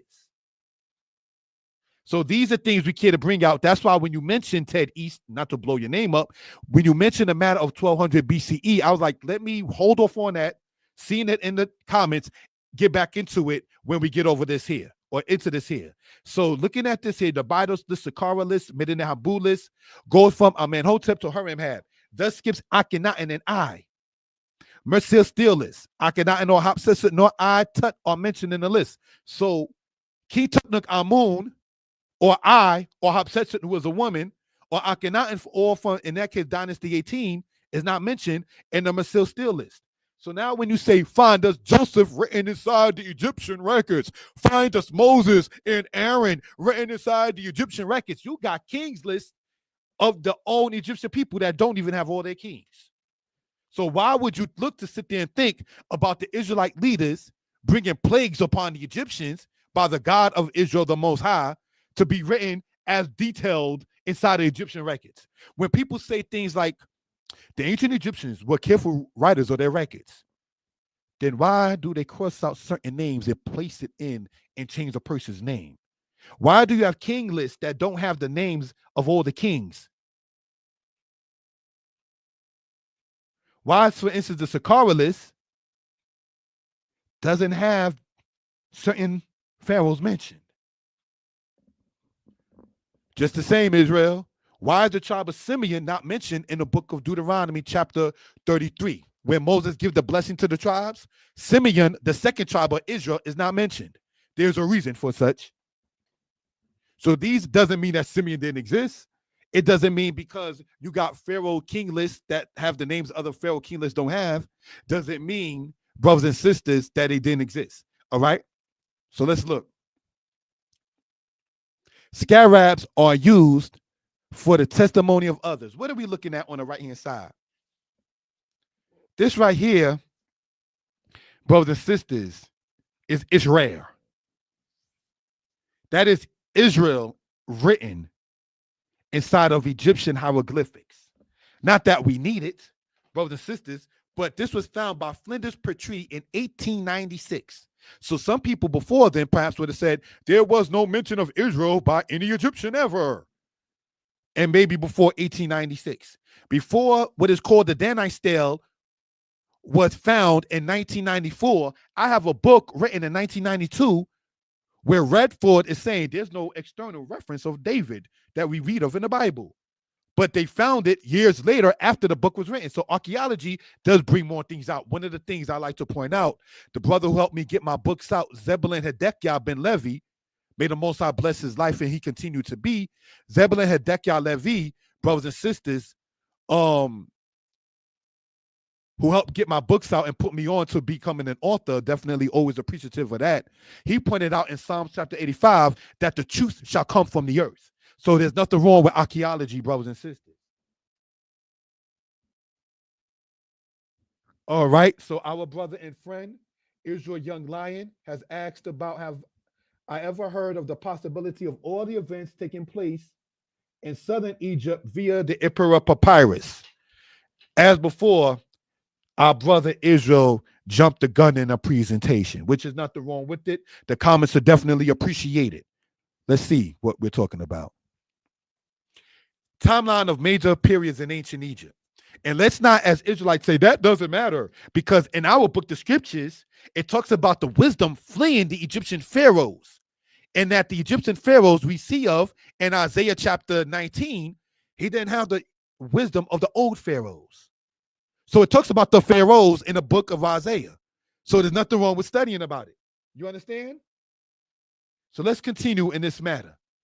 Circa C 3150, 3100 to 2575, 2575 to 2180, 2180 to 2040, 2040 to 1640, 1640 to 1530, 1530 to 1070, the New Kingdom.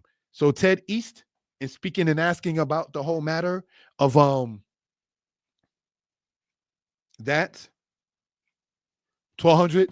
Yeah, there's a reason why I didn't talk about it then, but talking about it now. This is the timeline that we're talking about. So Arab man, were you there with Namur or in the Old Kingdom or in the first intermediate period? Because according to brothers and sisters, this book here, if you can see it, The World of the Pharaohs, Arabs didn't go in there until the timing of 500 AD. So no, you was not there. And there are Israelites saying that there were Israelite rulers in Egypt. You was not the house of Israel in the Old Kingdom. Because remember when the plagues came, right? It said there shall be a cry in Egypt that has not been heard since Egypt became a nation. So the Bible, namely in this case, the book of Exodus, does not sit there and despise the ancient Egyptians to where we're going to act like you never had a place in history. Yes, you did. It just didn't always be good for the house of Israel. So these are things, brothers and sisters, that we care to bring out. All right? Screenshots are welcome. Captivity memorialized during, say, the timing of the 13th dynasty of Egypt is where you begin to see these figurines made and so forth. Let's continue, if we will. Pharaohs from Dynasty 12 and Dynasty 13. Remember what we were talking about and getting into, save for reference purposes, brothers and sisters? 1 second, please.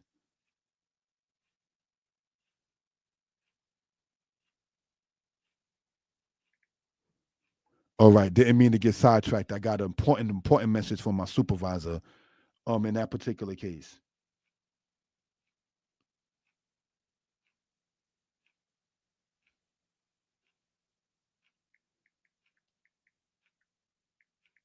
Sorry about that, family.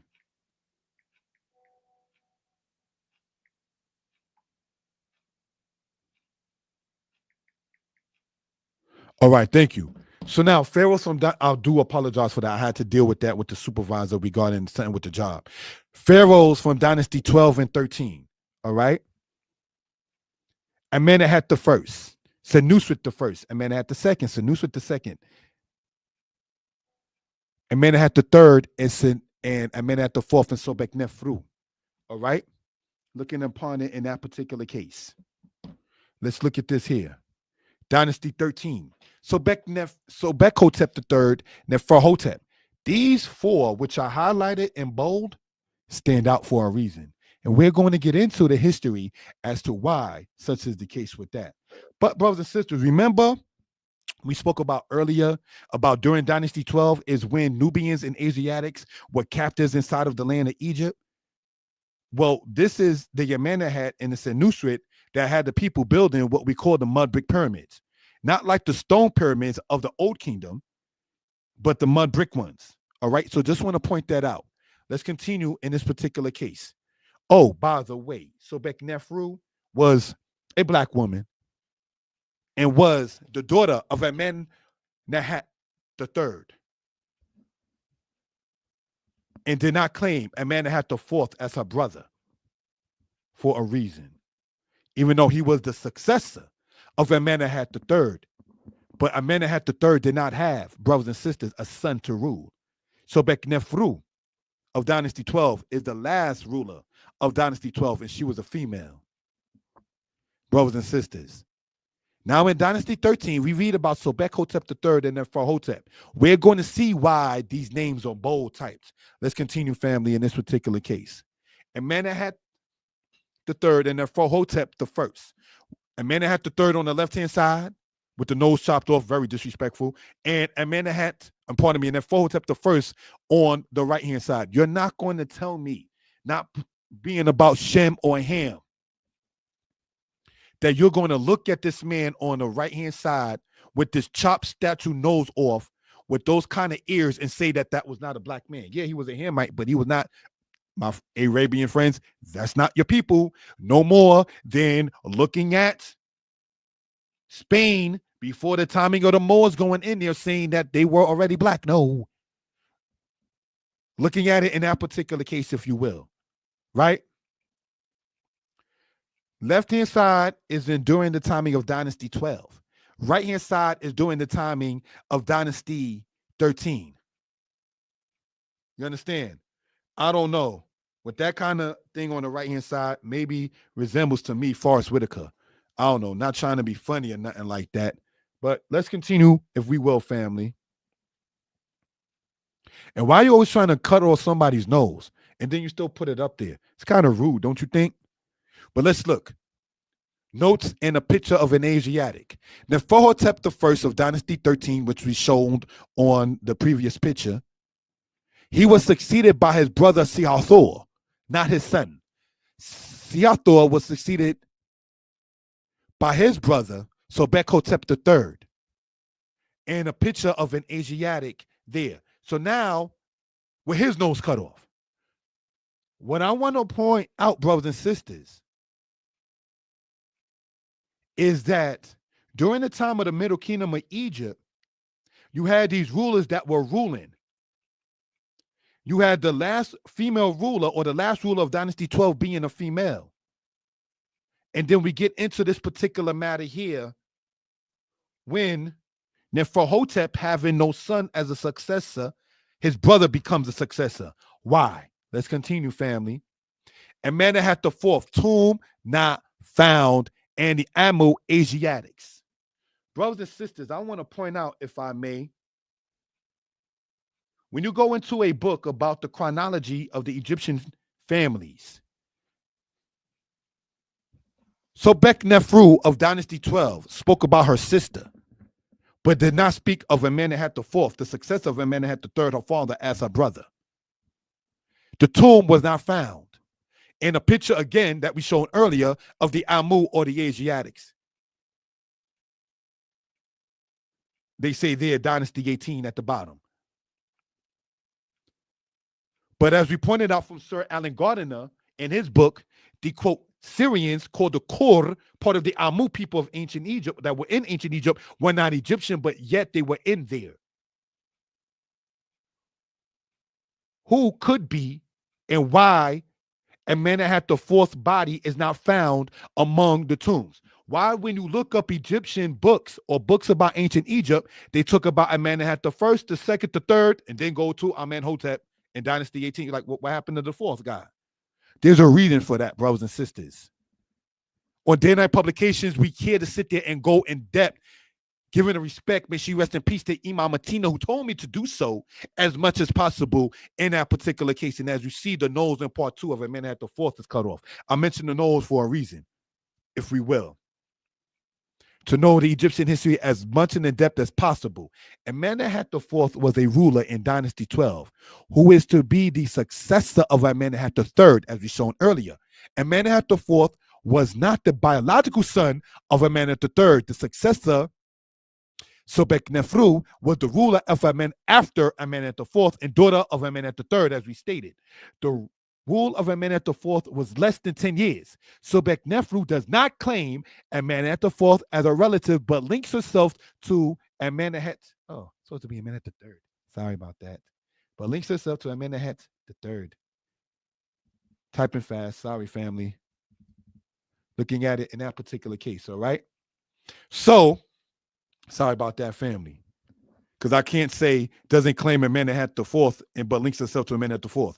As pointed out, and you can read that upon your own time about that particular woman's style and fashion. They had a picture of her and didn't show it because the only thing they said and they showed of her was her torso with her breasts. I'm not presenting that on Day Night Publications. All right. So these are things, brothers and sisters, that we care to sit there and bring out for reference purposes, if we will. Dynasty 12, Amenemhat IV. Let's remember that for a reason. Thank you for the timing. The Middle Kingdom. You're welcome to take screenshots. Following the collapse of the Old Kingdom, historians call the next period the Middle Kingdom. During this time, Egypt's trade and empire expanded. Egypt conquered kingdoms in Nubia and gained control of gold mines. Now, when you read in Exodus concerning the Exodus, and it says, you shall get of the oppressors jewels of gold and jewels of silver, and you shall despoil the Egyptians. The Egyptians that they were despoiling in Dynasty 13, brothers and sisters, got the gold from taking it from the people in Nubia and going into the Sinai and going into the mountains of the Sinai itself. So what we want to show on the left-hand side, brothers and sisters, looking at it in this particular case, Egypt, the Nile flows upward, all right? Looking at it in that particular case. The further south you go, the higher the numbers of the cataracts go. Cataract 1, 2, 3, 4, 5. Meroe, Khartoum, Nubia, Sudan. Let me point out this, brothers and sisters.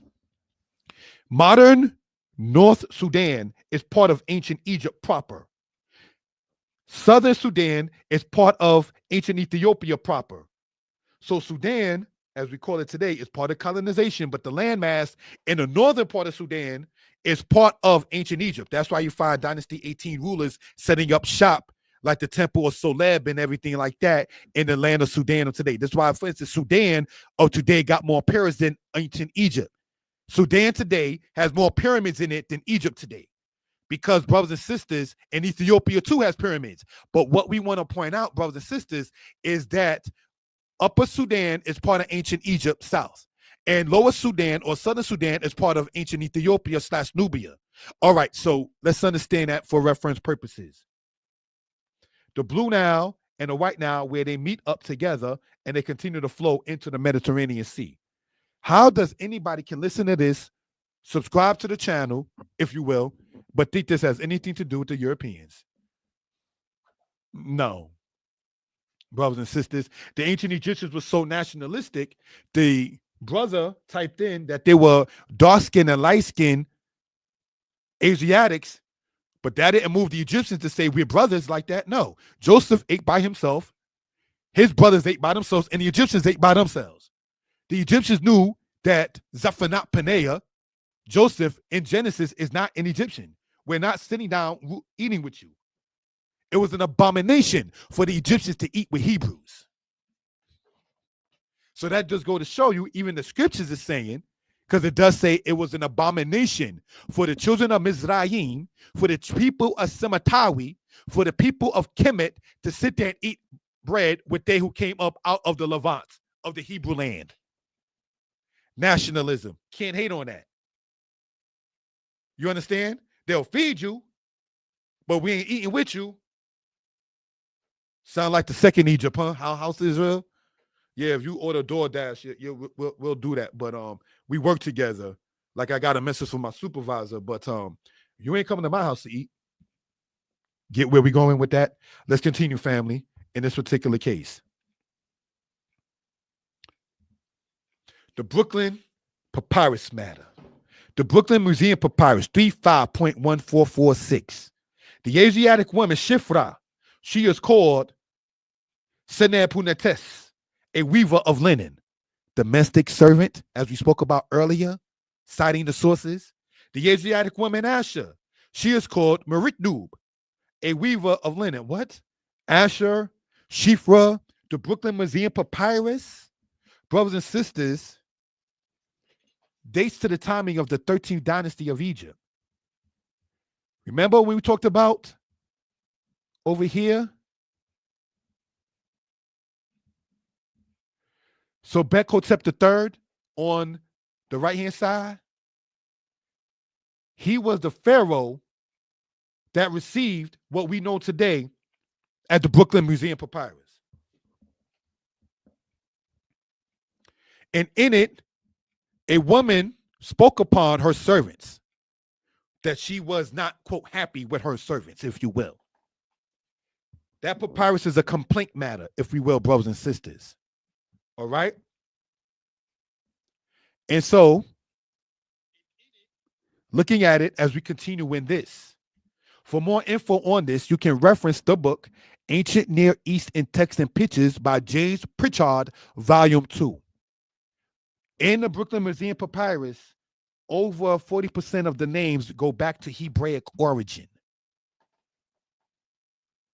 She is called this, she is called that. He is this, and he is called that.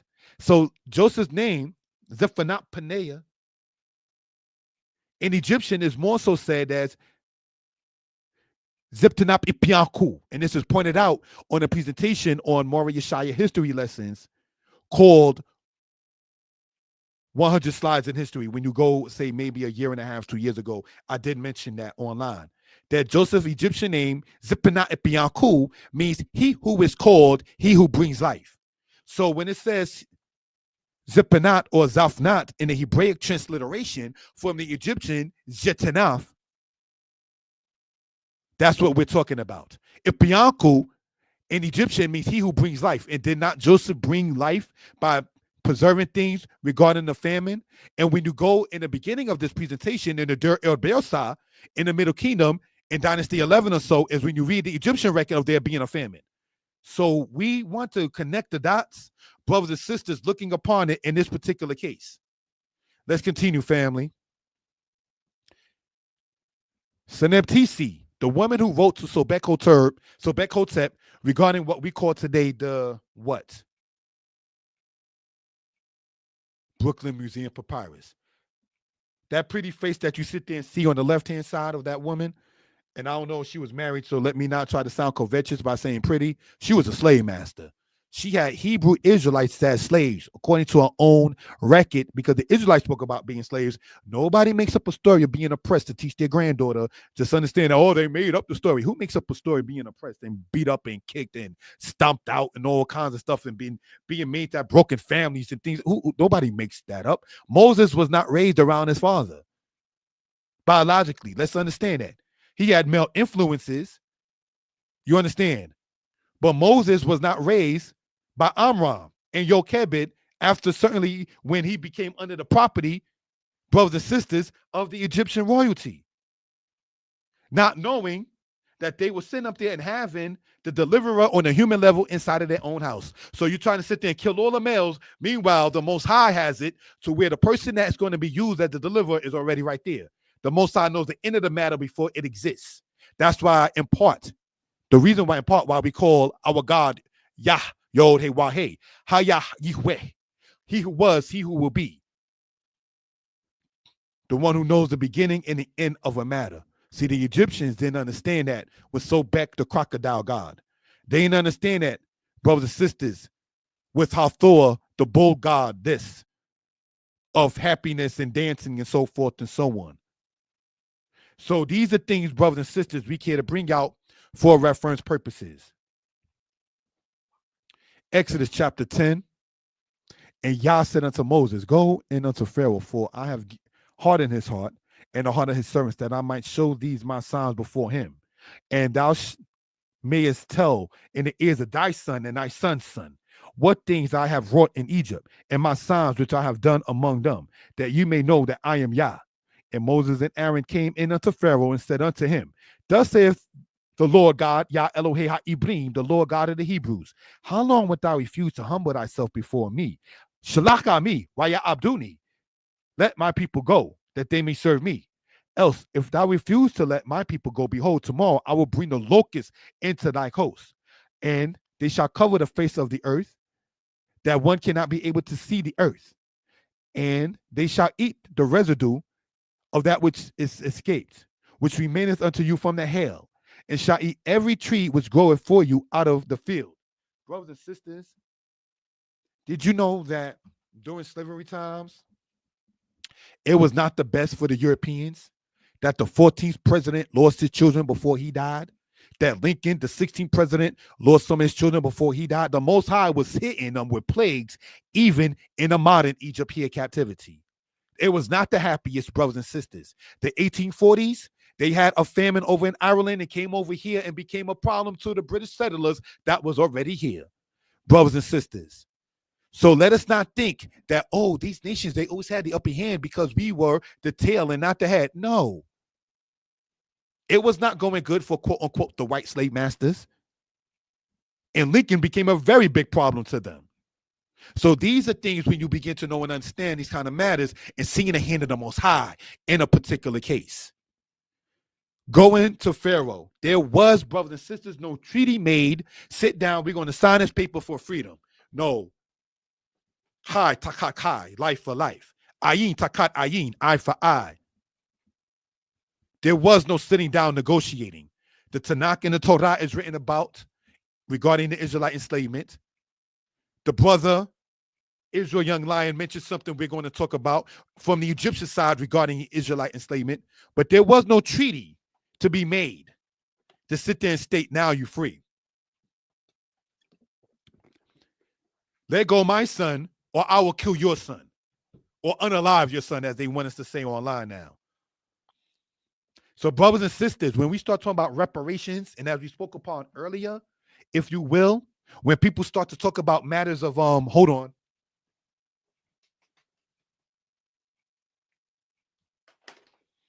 Of say reparations, and you're thinking that it's a check with the money and the currency with these presidents on it that enslaved our people, that's not reparations. That's not reparations. You hung black women upside down and cut the baby out and stepped on the head of the baby in slavery. You put, and I have to say this, I said I won't curse no more, so I'm not going to, but let me just say this, brothers and sisters online. You put gunpowder in a black man's behind, and you called it blasting a black's A word. See, they didn't curse. In South Carolina, you put gunpowder in a black man's anus and ignited it and blew him up to pieces and called it blasting a black's A word. In America, you can't pay me for doing that. You cut the black woman's vagina out and wore it as an ornament on your forehead. You cut off the black man's head and kicked it around like a soccer ball. No. You can't sit there and give me any amount of Benjamins or grants for that, for what you have done. According to those who do cite the book of Joshua, it says they used to take the Israelite male babies and put them inside of the pyramids for death. So you can't sit there and pay that off with your currency. You shed too much blood. Dam takat dam, Israel. Blood for blood. We ain't sitting down in Washington, D.C. with Congress saying, we want reparations. And if you take the buyout like Freddie Gray mother did, may Freddie Gray rest in peace, who was killed by or murdered by the police or unalived by the police, she can't go to court now because you took the buyout. Their silver nor their gold, said the prophet Zephaniah, shall be able to save them in the day of the Most High's wrath. So trying to sit there like Trump in his first time of being president, asking black people to pray for him, asking people such as President Johnson and Martin Luther King as his advisor, Daniel the prophet said, the judgment shall sit and the books will open, damnation and condemnation and fire for the kingdom that oppressed the people of the Most High. You understand? And when you read about the plague of hell, it came down and was fire upon the ground. So in the second Egypt, when the Most High begins to slay their children, and we might wonder, why is Trump so much against, while not taking care of his children, why is he so much against abortion? Is because, in truth, the white woman's womb cannot hold children like black women's womb. So they have more miscarriages than sisters do. So when he says the people who do abortion should be punished, because he know the white population is dying off because they can't sit there and reproduce as they used to. That's from the Most High God. Psalms 127, not to sound harsh, it says children are a blessing from Yah. So when you don't have that, that's a blessing you don't have. Some people may not even need children because you ain't meant to be a parent, but that's what it is. But these are things, brothers and sisters, that we care to bring out for reference purposes. These nations are, I guess, getting plagued. So when we sit back and think they just have no, the hand of the Most High is heavy in this earth. What we have to do, house of Israel, is not be like the Israelites that Moses had to try to break up their fight. You're going to kill me like you killed the Egyptian. I ain't nothing but a N-word. So you're going to kill me like you killed Massa. We don't need no coonism and symbolism among us. All the Israelites that was in the wilderness, we as grasshoppers in our own sight. The Most High killed them. You don't have courage. You're not being strong and courageous. You're not trying to teach, as it says, your son and your son's sons, the works of the Most High. Get rid of them. Brothers and sisters, these are the things that we care to sit there too and bring out for reference purposes. Let's continue, family. The matter of locusts and the darkness. And Yah turned an exceeding strong west wind, which took up the locusts and drove them into the Reed Sea. There remained not one locust in all the border of Egypt. Now, in the Hebrew, let's go over this for those interested, right?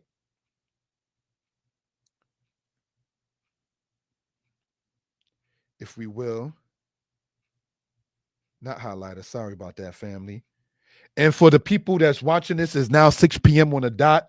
I do appreciate you taking out the time because I know it's what they call Super Bowl Sunday. So to still see people in the comments, still see people listening when many brothers and sisters are getting with their family, getting with people during the Super Bowl season and taking out the time to listen to the presentation, it is definitely respected. All right.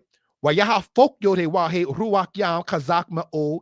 Wayisa et ha arbe. Wayit kwar ehu ya masuf. Lo nish ar arbe ekad bako gebul misrahim. Now I'm going to take that verse and make a Hebrew lesson out of it. brothers and sisters, for the next Hebrew class presentation. Going over the while consecutive, the past tense, the future tense, the prefixes, the suffixes, the verbs, the nouns, brothers and sisters. And why did I say read sea as opposed to Red Sea when the Hebrew says Yamasuf? The word suf means read, R-E-E-D. All right. So these are things, brothers and sisters, that we care to sit there and bring out for reference purposes. And Yah said unto Moses, stretch out thy hand toward heaven, that there may be darkness over the land of Egypt, even darkness which may be felt. And Moses stretched forth his hand toward heaven, and there was a thick darkness in all the land of Egypt 3 days. And they saw not one another, neither any rose from his place for 3 days. But all the children of Israel had light in their dwellings. And Pharaoh called unto Moses and said, go ye, serve Yah. Only let your flocks and your herds be stayed. Let your little ones also go with you. Brothers and sisters, he was not being full-hearted and saying, go, leave your flocks and your herds. In other words, you're going to leave that because you got to come back to pick it up. And when you come back to pick it up, I'm going to get you again into enslavement because you're going to need your flocks and your herds. So it was not full-hearted of the leader, Pharaoh, to say, go ye, serve Yah. Only let your flocks and your herds be stayed. Let your little ones also go with you. Because you know you got to go back for your property. And when you went back for your property, capture you again. So no, we're not going without our children, and we're not going without our animals. So these are things, brothers and sisters, when you talk about the locusts, the hail, the darkness, the 8th, the 9th, pardon me, the 7th, 8th, and the 9th plague, let's see, brothers and sisters, what we can ascertain from that. And Yah said unto Moshe, yet will I bring one plague more upon Pharaoh and upon Egypt. Afterward, he will let you go hence. When he shall let you go, he shall surely thrust you out hence altogether. Speak now in the ears of the people, and let every man borrow of his neighbor, and every woman of her neighbor, jewels of silver and jewels of gold. And Moses said, thus saith Yah, about midnight will I go into the midst of Egypt, and all the firstborn in the land of Egypt shall die. From the firstborn of Pharaoh that sitteth upon his throne, even upon the firstborn of the maidservant that is behind the mill, and the firstborn of beasts. Brothers and sisters, so when you read about Neferhotep's brother being a ruler, because Neferhotep's son, Ha'ankef, did not rule. So when it says from the firstborn of Pharaoh, Ha'ankef, in history, his uncle Seathor had to be the ruler because the Most High slew the firstborn of Neferhotep the first. These are things, brothers and sisters, that we care to bring out for, as pointed out, reference purposes. And it shall be a great cry throughout all the land of Egypt, just as there was none like, nor shall there be any like it anymore. But against any of the children of Israel shall not a dog move his tongue against man or beast. And you shall know that Yah does put a difference between the Egyptians and Israel. So we're not made to be among the nations. Even Balaam said that, for what it's worth. Not that we needed Balaam, but brothers and sisters, Balaam said, I see Israel, a people not reckoned among the nations. That could be taken good and bad. Not reckoned among the nations because we're not like the nations, not supposed to be, and not reckoned among the nations because the nations don't like us. And they still don't like us. Why do you think ever so often they got to come up with a new name for us? Why do you think our book is called the Old Testament? Why do you think our true land, the land of Israel, is vacant and desert? And we're landless here in the West. And ever so often, every couple of decades, the president that's sitting, like George Bush Jr. had to do, is reinstate black people to vote again, because when black people got the right to vote under Johnson, it was conditional. Remember when George Bush Jr. had to sit there and reinstate for black people to vote again? So we're not part of this people. They gave us the illusion of inclusion. We want to bring this out, brothers and sisters, for the people, if we will. Let's continue, family. Told you. Told you. See, my brother, when you asked us about their papyrus, and I said, we'll get to it, or let's talk about it later. Here we go. This is dated to the Middle Kingdom of Egypt and translated in the early 20th century by scholars who stated it is an Egyptian account of the plagues which the Torah speaks of. Now, some scholars say it, some scholars say it's not. But let's look and see what we can ascertain. In the early 19th century, a papyrus dating back to the Middle Kingdom was discovered in Egypt. The papyrus was taken to the Leiden Museum in Holland and translated by A.H. Gardiner in 1909. The entire text appears in the book Admonitions of an Egyptian from a hieratic papyrus. Hieratic means a style of writing. Papyrus in Leiden, and describes major changes in Egypt: famine, drought, the slaves' flight from Egypt with their assets, because they wasn't leaving their children, nor they was leaving their animals behind. Death all over the nation. The papyrus was written by an Egyptian called Epura, and it appears from its contents that this individual personally witnessed the disasters that struck Egypt. This papyrus is a most significant handwritten description of the catastrophes, the death of Egyptian society, and destruction of Pharaoh. What do you gather from that? Middle Kingdom, we've been talking about the Epura papyrus, brothers and sisters. The entire Epura papyrus, brothers and sisters, is written with translation in a book that I wrote, Egypt Talk and Writing. And then I give my dissertation concerning it. For those who are interested, you can go on Amazon and get the book Egypt Talk and Writing. The one that costs $30, not the one that costs $10. The one that costs $10 is an abbreviated form, and it doesn't have that like that in that particular case. All right? No, I stand corrected. That is that. So if you go even to the smaller one, Egypt Talk and Writing, because I remember when I edited the Egypt Talk and Writing book to make it a PDF and an ebook for those who type in my name, Yeshaya Israel, you will see it. Or Vincent Hutchinson. Matter of fact, let me type this into the chat. All right, so it'll be understood. All right, for reference purposes. All right, thank you for that, family. Let's look at it like this.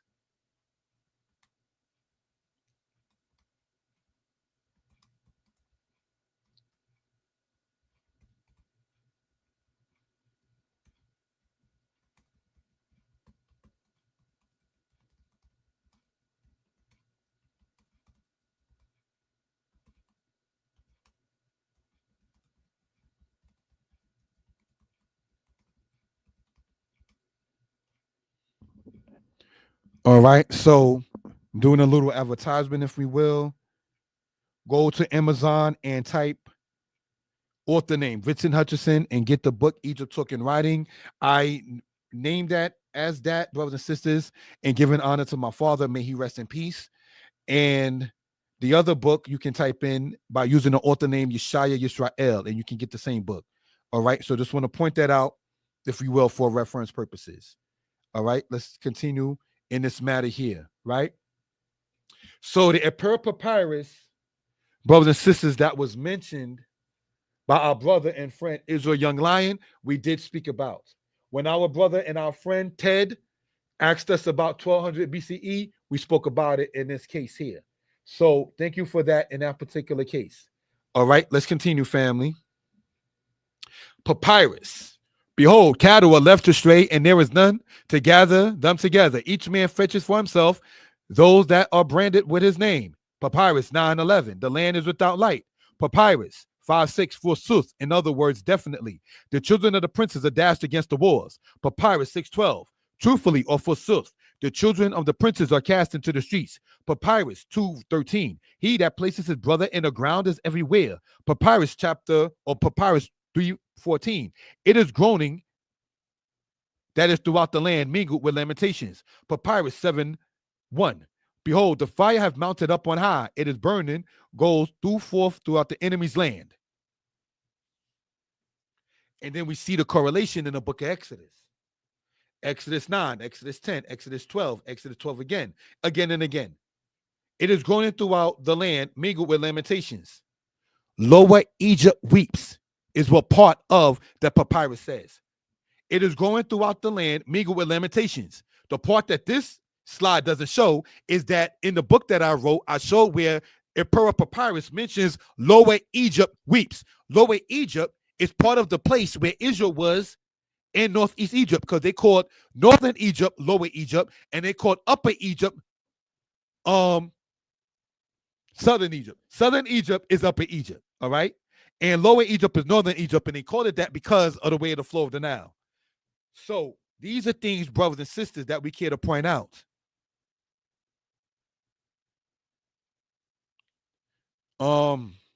What do you gather from this, family? Some people have stated the people went in there and they got their imperial papyrus and then they translated it and then they copied and pasted it and then they made the Bible story out of it. That sounds foolish. Because if the imperial papyrus was not found until the timing of the Europeans going into Egypt, when would the Israelites have time to get into the imperial papyrus where it was at, knowing the Egyptians kicked the Israelites out and the Israelites left in haste? When would they have time to go back to sit there and make up a story, copying the Egyptian things to make an Israelite story that we see in the Bible? That doesn't make any sense, brothers and sisters. And again, who makes up a story about being oppressed? If you're going to plagiarize something, like some people say the Bible's plagiarized out of Egyptian, which is ridiculous. Which I also talk about in my book, Egypt Talking Writing. Did the Torah come from the culture Tameri? No, first off, the Israelite priests could not make themselves bald, and the Egyptian priests could not have themselves with hair. So the priesthood is different, so your culture is definitely different. So going back into this, if we will, family, right? And looking at it, the Bible that we have was translated before the imperial papyrus was translated. So when would the Israelites, seeing the imperial papyrus written in hieratic writing of ancient Egypt, have time to sit there and take it, make a Hebrew version, and then put it back for the white man to find it later? That doesn't make any sense. Just say ancient Egypt went through something and the Israelites got delivered. Let's continue, family. Let us explain. Impera goes on to say, none shall sail to Byblos today. Who shall get the cedar trees for our mummies? This shows something. Byblos is Lebanon. And this is why we wanted to point this out earlier. Remember we were saying about Byblos earlier? Shalom, Kanania, Yisrael. Shalom, sister. Remember we was talking about Byblos earlier, right? And about sailing and all of that kind of stuff. This is why I said, let's remember this for later on in the presentation. Byblos is Lebanon. The cedars of Lebanon were known to the Israelites in the Bible and to the Egyptians inside of the Impera papyrus, dated to the Middle Kingdom of Egypt. Some people try to say that the Impera papyrus is not a historical document, and this is why I wanted to go into this here. Give me 1 second, because the book that I need to cite is on my bookshelf, and I have to go to get it. So I'm asking you to give me, say, 30 seconds to run to the bookshelf to go and get it and be right back. Thank you, family, for that.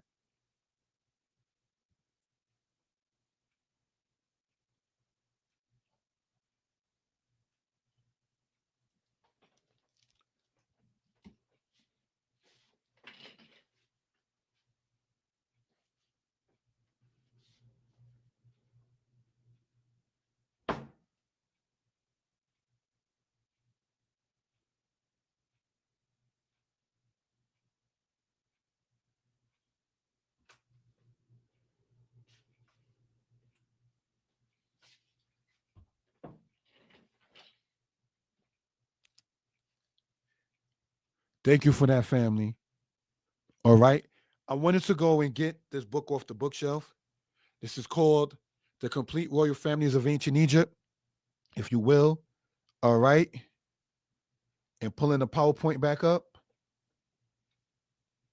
And it says Royal Families. We're going to read page 101 to cite an external source, if we will. And it says, this is still talking about the Middle Kingdom that we've been talking about.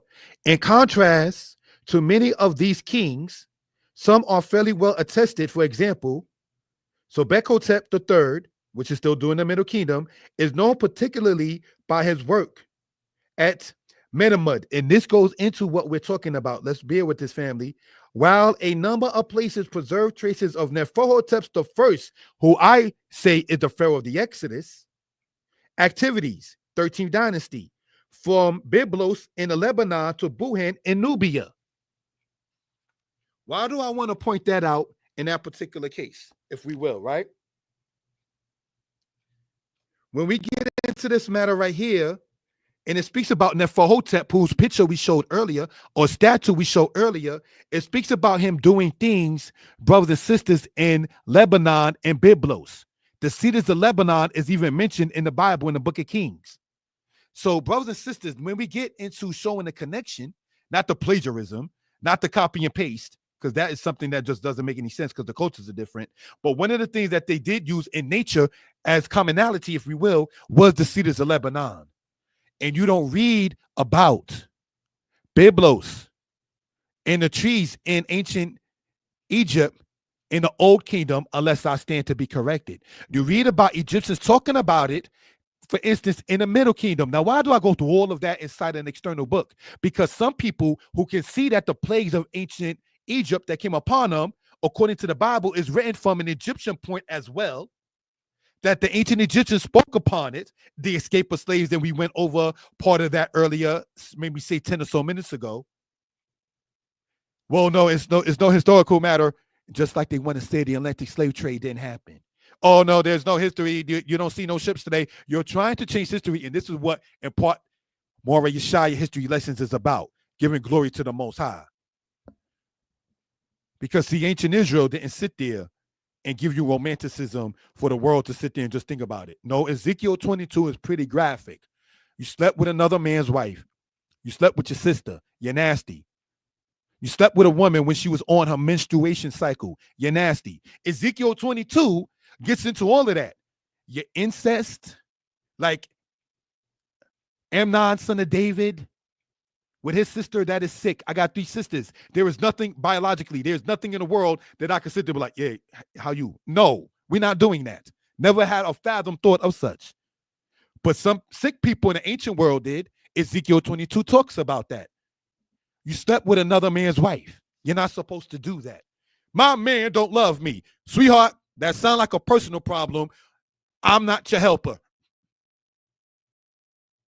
He don't pay no attention, and I'm not either. Take care. Lo takmod eshet re'aka. You should not covet thy neighbor's wife. Brothers and sisters, there's a reason why that's said like that, if you will. I saw, not to get sidetracked, a lady, very attractive, as it says of Sarah, she was fair to look upon. That Rebecca was fair to look upon. That Hadassah Esther was fair to look upon. And then I looked at the hand and the bit nugget ring. This conversation is over. We have nothing else to talk about. And there was no conversation in the first place.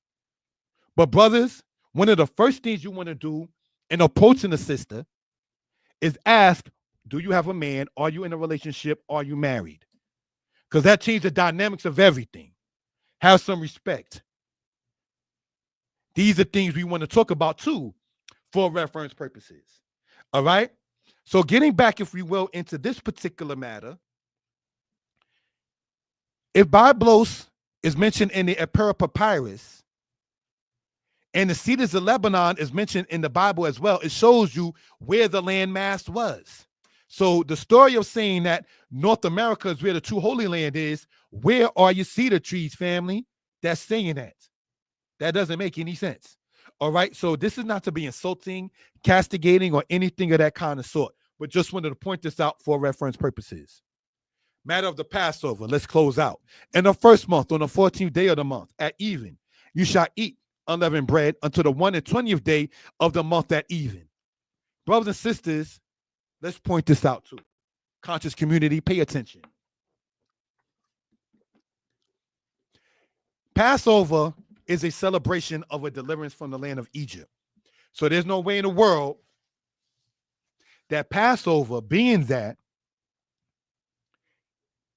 and it says, they who do not do it shall be cut off from among their people.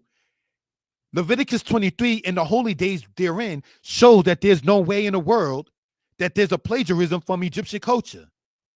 And the nationalism that is shown in Leviticus 23 and Exodus 12, I must say, it says the soul that does not do it shall be cut off from among his people. So if you want to sit there and not have the lechem oni, or the bread of affliction, and the maror, the bitter herbs, brothers and sisters. And if you do not want to have the say or the lamb, brothers and sisters, that soul shall be cut off from among your people. You want to forget and not remember the oppression that your people went through, you'll be cut off from the future of your people. Brothers and sisters, so let's not forget slavery, because one of the things with Passover observance is to remember the bitter times. Well, we're free now. Teach it to your sons' what your people went through. And if you don't want to sit there and observe it, that soul, as it says in Exodus, shall be cut off from among his people. Let's continue, family. Leavened bread, brothers and sisters, sits in your colon. By eating unleavened bread, you will begin to sit there and see physical changes. Not to sound nasty or disrespectful, you will find different changes in your stool when you use the bathroom. It's healthy, brothers and sisters. You get your protein with the lamb. You get your bitter herbs. That's herbs, cleanses your blood. And you eating unleavened bread, unlike leavened bread that sits there and sits in your colon and makes you tired. It makes you bloated. It makes you fat. So these are things, brothers and sisters, that we care to bring out for reference purposes. You shall eat nothing leavened in all your habitations. You shall eat unleavened bread. Let's continue, family. The death of the firstborn matter. And it came to pass that at midnight Yah smote all the firstborn in the land of Egypt, from the firstborn of Pharaoh that sat on his throne unto the firstborn of the captive that was in the dungeon, and all the firstborn of cattle. And Pharaoh rose up in the night, he and all his servants and all the Egyptians, and there was a great cry in Egypt, for there was not a house where there was not one dead. So if you had a dead child or a dead animal, you was crying on account of that. But when the mothers of Israel were crying, when they slew the firstborn and the sons of Israel, what about that? What about those tears? There's a book written by a lady named Jones. I forgot the full name of the author, but her last name is Jones.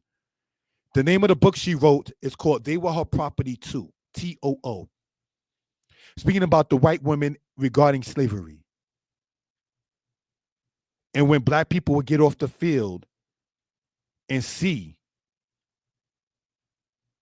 their children not there, and the white women counting money, that their children were sold. So when the president's children begins to die, like President Pierce's children died in front of his eyes, not trying to sound mean, I don't have no sympathy. Because you was part of the people in slavery that condoned a child being sold and the mother walking in and seeing your white woman counting the money after selling the little black children to another plantation, never to perhaps see them ever again. So when the Most High kills your children, President Pierce and President Lincoln, who put black people back in slavery, that's the hand of the Most High. And even Lincoln said that. The judgments of the Lord are righteous altogether. That's what Lincoln said in his second inaugural address a month before he got killed. And it's not to be funny, brothers and sisters, nor sounding harsh. Lincoln died on the Shabbat in the month of April during the calendar time of the Feast of Unleavened Bread. Did you know that? Abraham Lincoln died on the Shabbat during the time of the Feast of Unleavened Bread. When you do the calendar timeline and so forth and so on. So in this second Egypt, best believe the Most High's hand is in it. Let's not sleep, Israel, and start to think we're still just the tail. We are not just the tail. We're getting up. Arise and shine, for your glory has come upon you. Put on your beautiful garments, O house of Israel. So let's continue with this, family. The number and the mixed multitude. And the children of Israel journeyed from Ramesses to Sukkot, about 600,000 on foot that were men, besides children. So we're talking over, brothers and sisters, 1 million people leaving out. And a mixed multitude went up also with them, and flocks and herds and even much cattle. Now, some people, well, you don't see this in the Egyptian record. You didn't read the Emperor Papyrus. And then when the Emperor Papyrus is presented, oh, it's not really a historical event. It's not really that. So how is he talking about the cedars of Lebanon trees while he's also talking about the same thing that correlates to the time of Neferhotep's actions if it's not historical? You see why they called our book the Old Testament? See why they didn't want us to read? Let's continue. the timing and the season. And it says, this day came ye forth in the month of Abib. The Hebrew word Abib means to sprout forth or to spring or greenery. Probably why in spirit I wanted to wear the green shirt. And it shall be when Yah shall bring thee into the land of the Canaanites and the Hittites and the Amorites and the Hivites and the Jebusites, which he swore unto thy fathers to give thee, a land flowing with milk and honey, that thou shalt keep the service in this month, the month of Abib, meaning spring. The new year of the house of Israel comes in the spring, not in quote unquote January when it's cold as who knows what and still snow on the ground. 7 days thou shalt eat unleavened bread, and in the seventh day shall be a feast unto the Most High. Unleavened bread shall be eaten 7 days, and there shall be no unleavened bread seen with thee. Neither shall there be any leaven seen in all thy quarters. So it's telling you what people might call today spring cleaning. Get the leavening out. Get the leavening out. Get the leavening out of your system. Get the leavening out of your home. Get the leavening out of your mindsets. Because what leavening does, even physically, it sits in your colon. It doesn't digest the same way. And it makes you, as pointed out, fat, tired. And when you are sluggish due to what you eat, and I'm not trying to play holier than thou, you get irritable. You get upset quicker. Oh, this ain't done and that ain't done. I ain't got the energy for this and that. It could be in part the diet. So we want to change the diet physically and spiritually, brothers and sisters. The Bible tells us, forsake the foolish and live and go in the way of understanding. That is a form of leavening being left behind. Forsake the foolish and live. Get rid of that drains your energy vampires, as some may call it. If they can't build with you or for you, bye-bye, shalom aleichem. And watch them not even say shalom back because there's no peace in them. So brothers and sisters, these are things, again, we're here to bring out for reference purposes. The reason and the memorial. And it came to pass when Pharaoh would hardly let us go, that Yah slew all the firstborn in the land of Egypt, both the firstborn of man and the firstborn of beast. Therefore I sacrifice to Yah all that openeth the matrix, being males, but all of the firstborn of my children I redeemed. The priests of the house of Israel were initially the firstborn of each household. Numbers chapter 3 says the Most High takes the Levites in place of the firstborn as the priests. Let's continue. And it shall be for a token upon thy hand and for frontness between thine eyes, for by strength of hand Yah brought us forth out of Egypt. Do we see how we get into all of this? And when we bring this kind of facts out and this kind of information out, some may go and sit there and try to proclaim and or say, well, it's a metaphor, it's an allegory. No, it's historically accounted. When speaking, for instance, as our friend Israel Young Lion spoke about the Upper Papyrus, which we went over some minutes ago, right? When they talked about it on the news, in the media, on TV, the person speaking on is like, yeah, there's the Upper Papyrus, and it speaks about this, that, and the third. Like, let's go on there, let's move on. No, let's talk about it and bring it out. Brothers and sisters, let's continue, family. The rod of the Exodus. And it came to pass when Pharaoh had let the people go, that Elohim led them not through the way of the land of the Philistines, although that was near. For Elohim said, least peradventure the people repent when they see war and they return to Egypt. But Elohim led the people about through the way of the wilderness of the Reed Sea. And the children of Israel went up harnessed out of the land of Egypt. And Moses took the bones of Joseph with him, for he had strictly sworn the children of Israel, saying, Elohim shall surely visit you, and you shall carry up my bones away hence with you. And they took up their journey from Sukkot and encamped at Etan, on the edge of the wilderness. And Yah went before them by day in a pillar of cloud to lead them the way, and by night in a pillar of fire to give them lights, to go by day and night. He took not away the pillar of the cloud by day, nor the pillar of fire by night from before the people. The Most High did not forsake the house of Israel. Then or now. We have a God to worship and praise, brothers and sisters. And this God, Yah, brothers and sisters, comes with laws, statutes, and commandments. Not that any of us are perfect in them, but we definitely want to get into them. We have a culture, brothers and sisters. to bring out to our people in what we call quote unquote Black History Month or any other time. But respectfully take the time that our people are listening and want to sit there and bring this out to them if we will. All right? Let's continue, family. The Exodus route in the Amorite land. Remember, we just read about the land of the Amorites, that the Israelites will be brought into the land of the Amorites, right?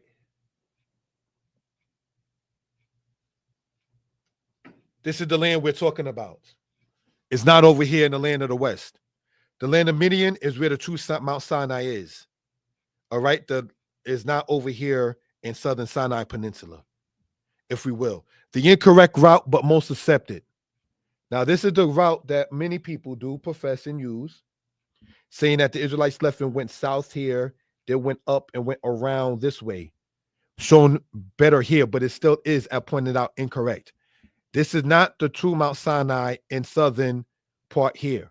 The true Mount Sinai, brothers and sisters, is over here in the land of Midian, all right, in modern Saudi Arabia. So these are things we care to point out. Remember, the way of the Philistines, the way of Shur. So when the Israelites did leave up out of Egypt, they left out this way, journeyed into the land of Midian, and stayed here for the majority of the 40 years. All right. So just want to point that out for reference purposes. All right. Let's continue, family. Exodus 17, matter with Amalek. Then came Amalek and fought with Israel and Rephidim. And Moses said unto Joshua, choose us out men and go out, fight with Amalek. Tomorrow I will stand on top of the hill with the rod of Elohim in my hand. So Joshua did as Moses had said to him and fought with Amalek, and Moses and Aaron and Hur went up to the top of the hill. These are images of these Amalekites that Israel fought, the 10 and 6. See, with the Egyptian army drowning, it was easy for the people who were called Hyksos, the later part of the Hyksos, to go into Egypt and set up shop and rule in Dynasty 15 in what they call the Second Intermediate Period. The Israelites had left during the Middle Kingdom of Egypt. Pharaoh's army is drowned in the sea. So, brothers and sisters, in less than 3 months after the Exodus, the Israelites are already in battle with the people of Amalek. Part of those people is shown here as part of the Amalekites that went against the Israelites, the 10 and 6 in history. So these things, again, brothers and sisters, things to point out for reference purposes. And it shows you how they look from the front and say from the back there. Serabit El Kadem inscription. And we close out, family. Let's look. The translation in parts. The wind blow and the sea dividing into parts. They pass over, the Hebrews flee through the sea. The sea is turned into dry land. The waters permitted and dismissed to flow. Burst rusting underwears upon the astonished men. Congregated from quarters, banded together to slay treacherously, being lifted up with pride. Their leader divideth asunder the sea, its waves roaring. The people enter and pass through the midst of the waters. Moses caused the people to haste like a fleet-winged sea ostrich crying aloud. The cloud shining bright. Remember, we read about the cloud. A mighty army propelled into the Reed Sea is gathering into one. They go jumping and skipping, journeying through the open channel, taking flight from the face of the enemy. The surge of the sea is divided. The people flee. The tribes descend into the deep. The people enter the waters. The people enter and penetrate through the midst. The people are filled with stupor and perturbation. Yahweh is the keeper of the companion. Their enemies weep for the dead. The virgins are wailing. The sea flowing down overwhelmed them. The waters were let loose to flow again. The people depart fugitive. A mighty army is submerged in the deep sea, the only way of escape for the congregated people. This is from what we see here, brothers and sisters. The Serabit El Kadim inscription, which you find when the Bible talks about Dofka in the Sinai Peninsula. They found this inscription, and part of its translation is what we see right here. So, brothers and sisters, we definitely want to bring this out for reference purposes. We hope and pray that everybody is well and will be better.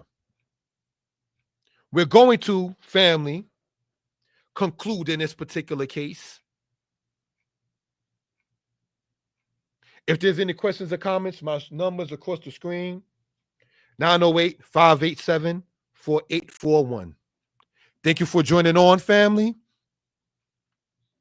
This is something that is for the people, for those who are interested. Israel Young Lion wrote, Palestinian archaeology needs to be changed too much flaws. Yes, definitely in that case. For those who are interested, again, you can go to Amazon and type the names you see there. We're going to close out, play some music. Shalom. Thank you.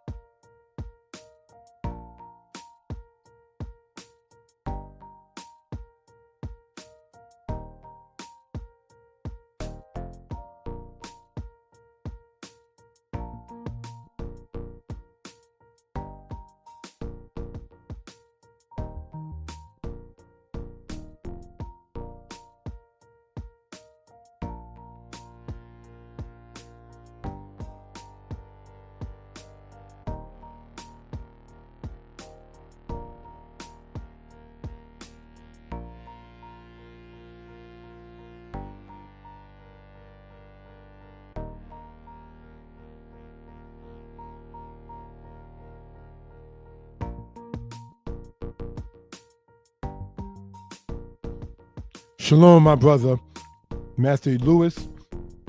Shalom, Israel Young Lion. Shalom, Sister Kanania. Shalom, Mark Ashbury. Shalom, George Crawford. Shalom, Beit Zadok. Shalom, Ted East. And hopefully the comments and the questions were addressed to people's one satisfaction. Somebody wrote, Shalom Mishpachah. For those who may not know, Mishpachah means family. And thank you again for earlier keeping your word and letting me know about the bitter melon. Again, may our Creator Yah smile upon your work and all that you do. Shalom. And thank you for participating and being part of the presentation. And may the Most High bless us all. We hope and pray, brothers and sisters. We're going to conclude now. Subscribe to the channel. We intend to have more presentations. And I can be reached at 908-587-4841. Shalom, family.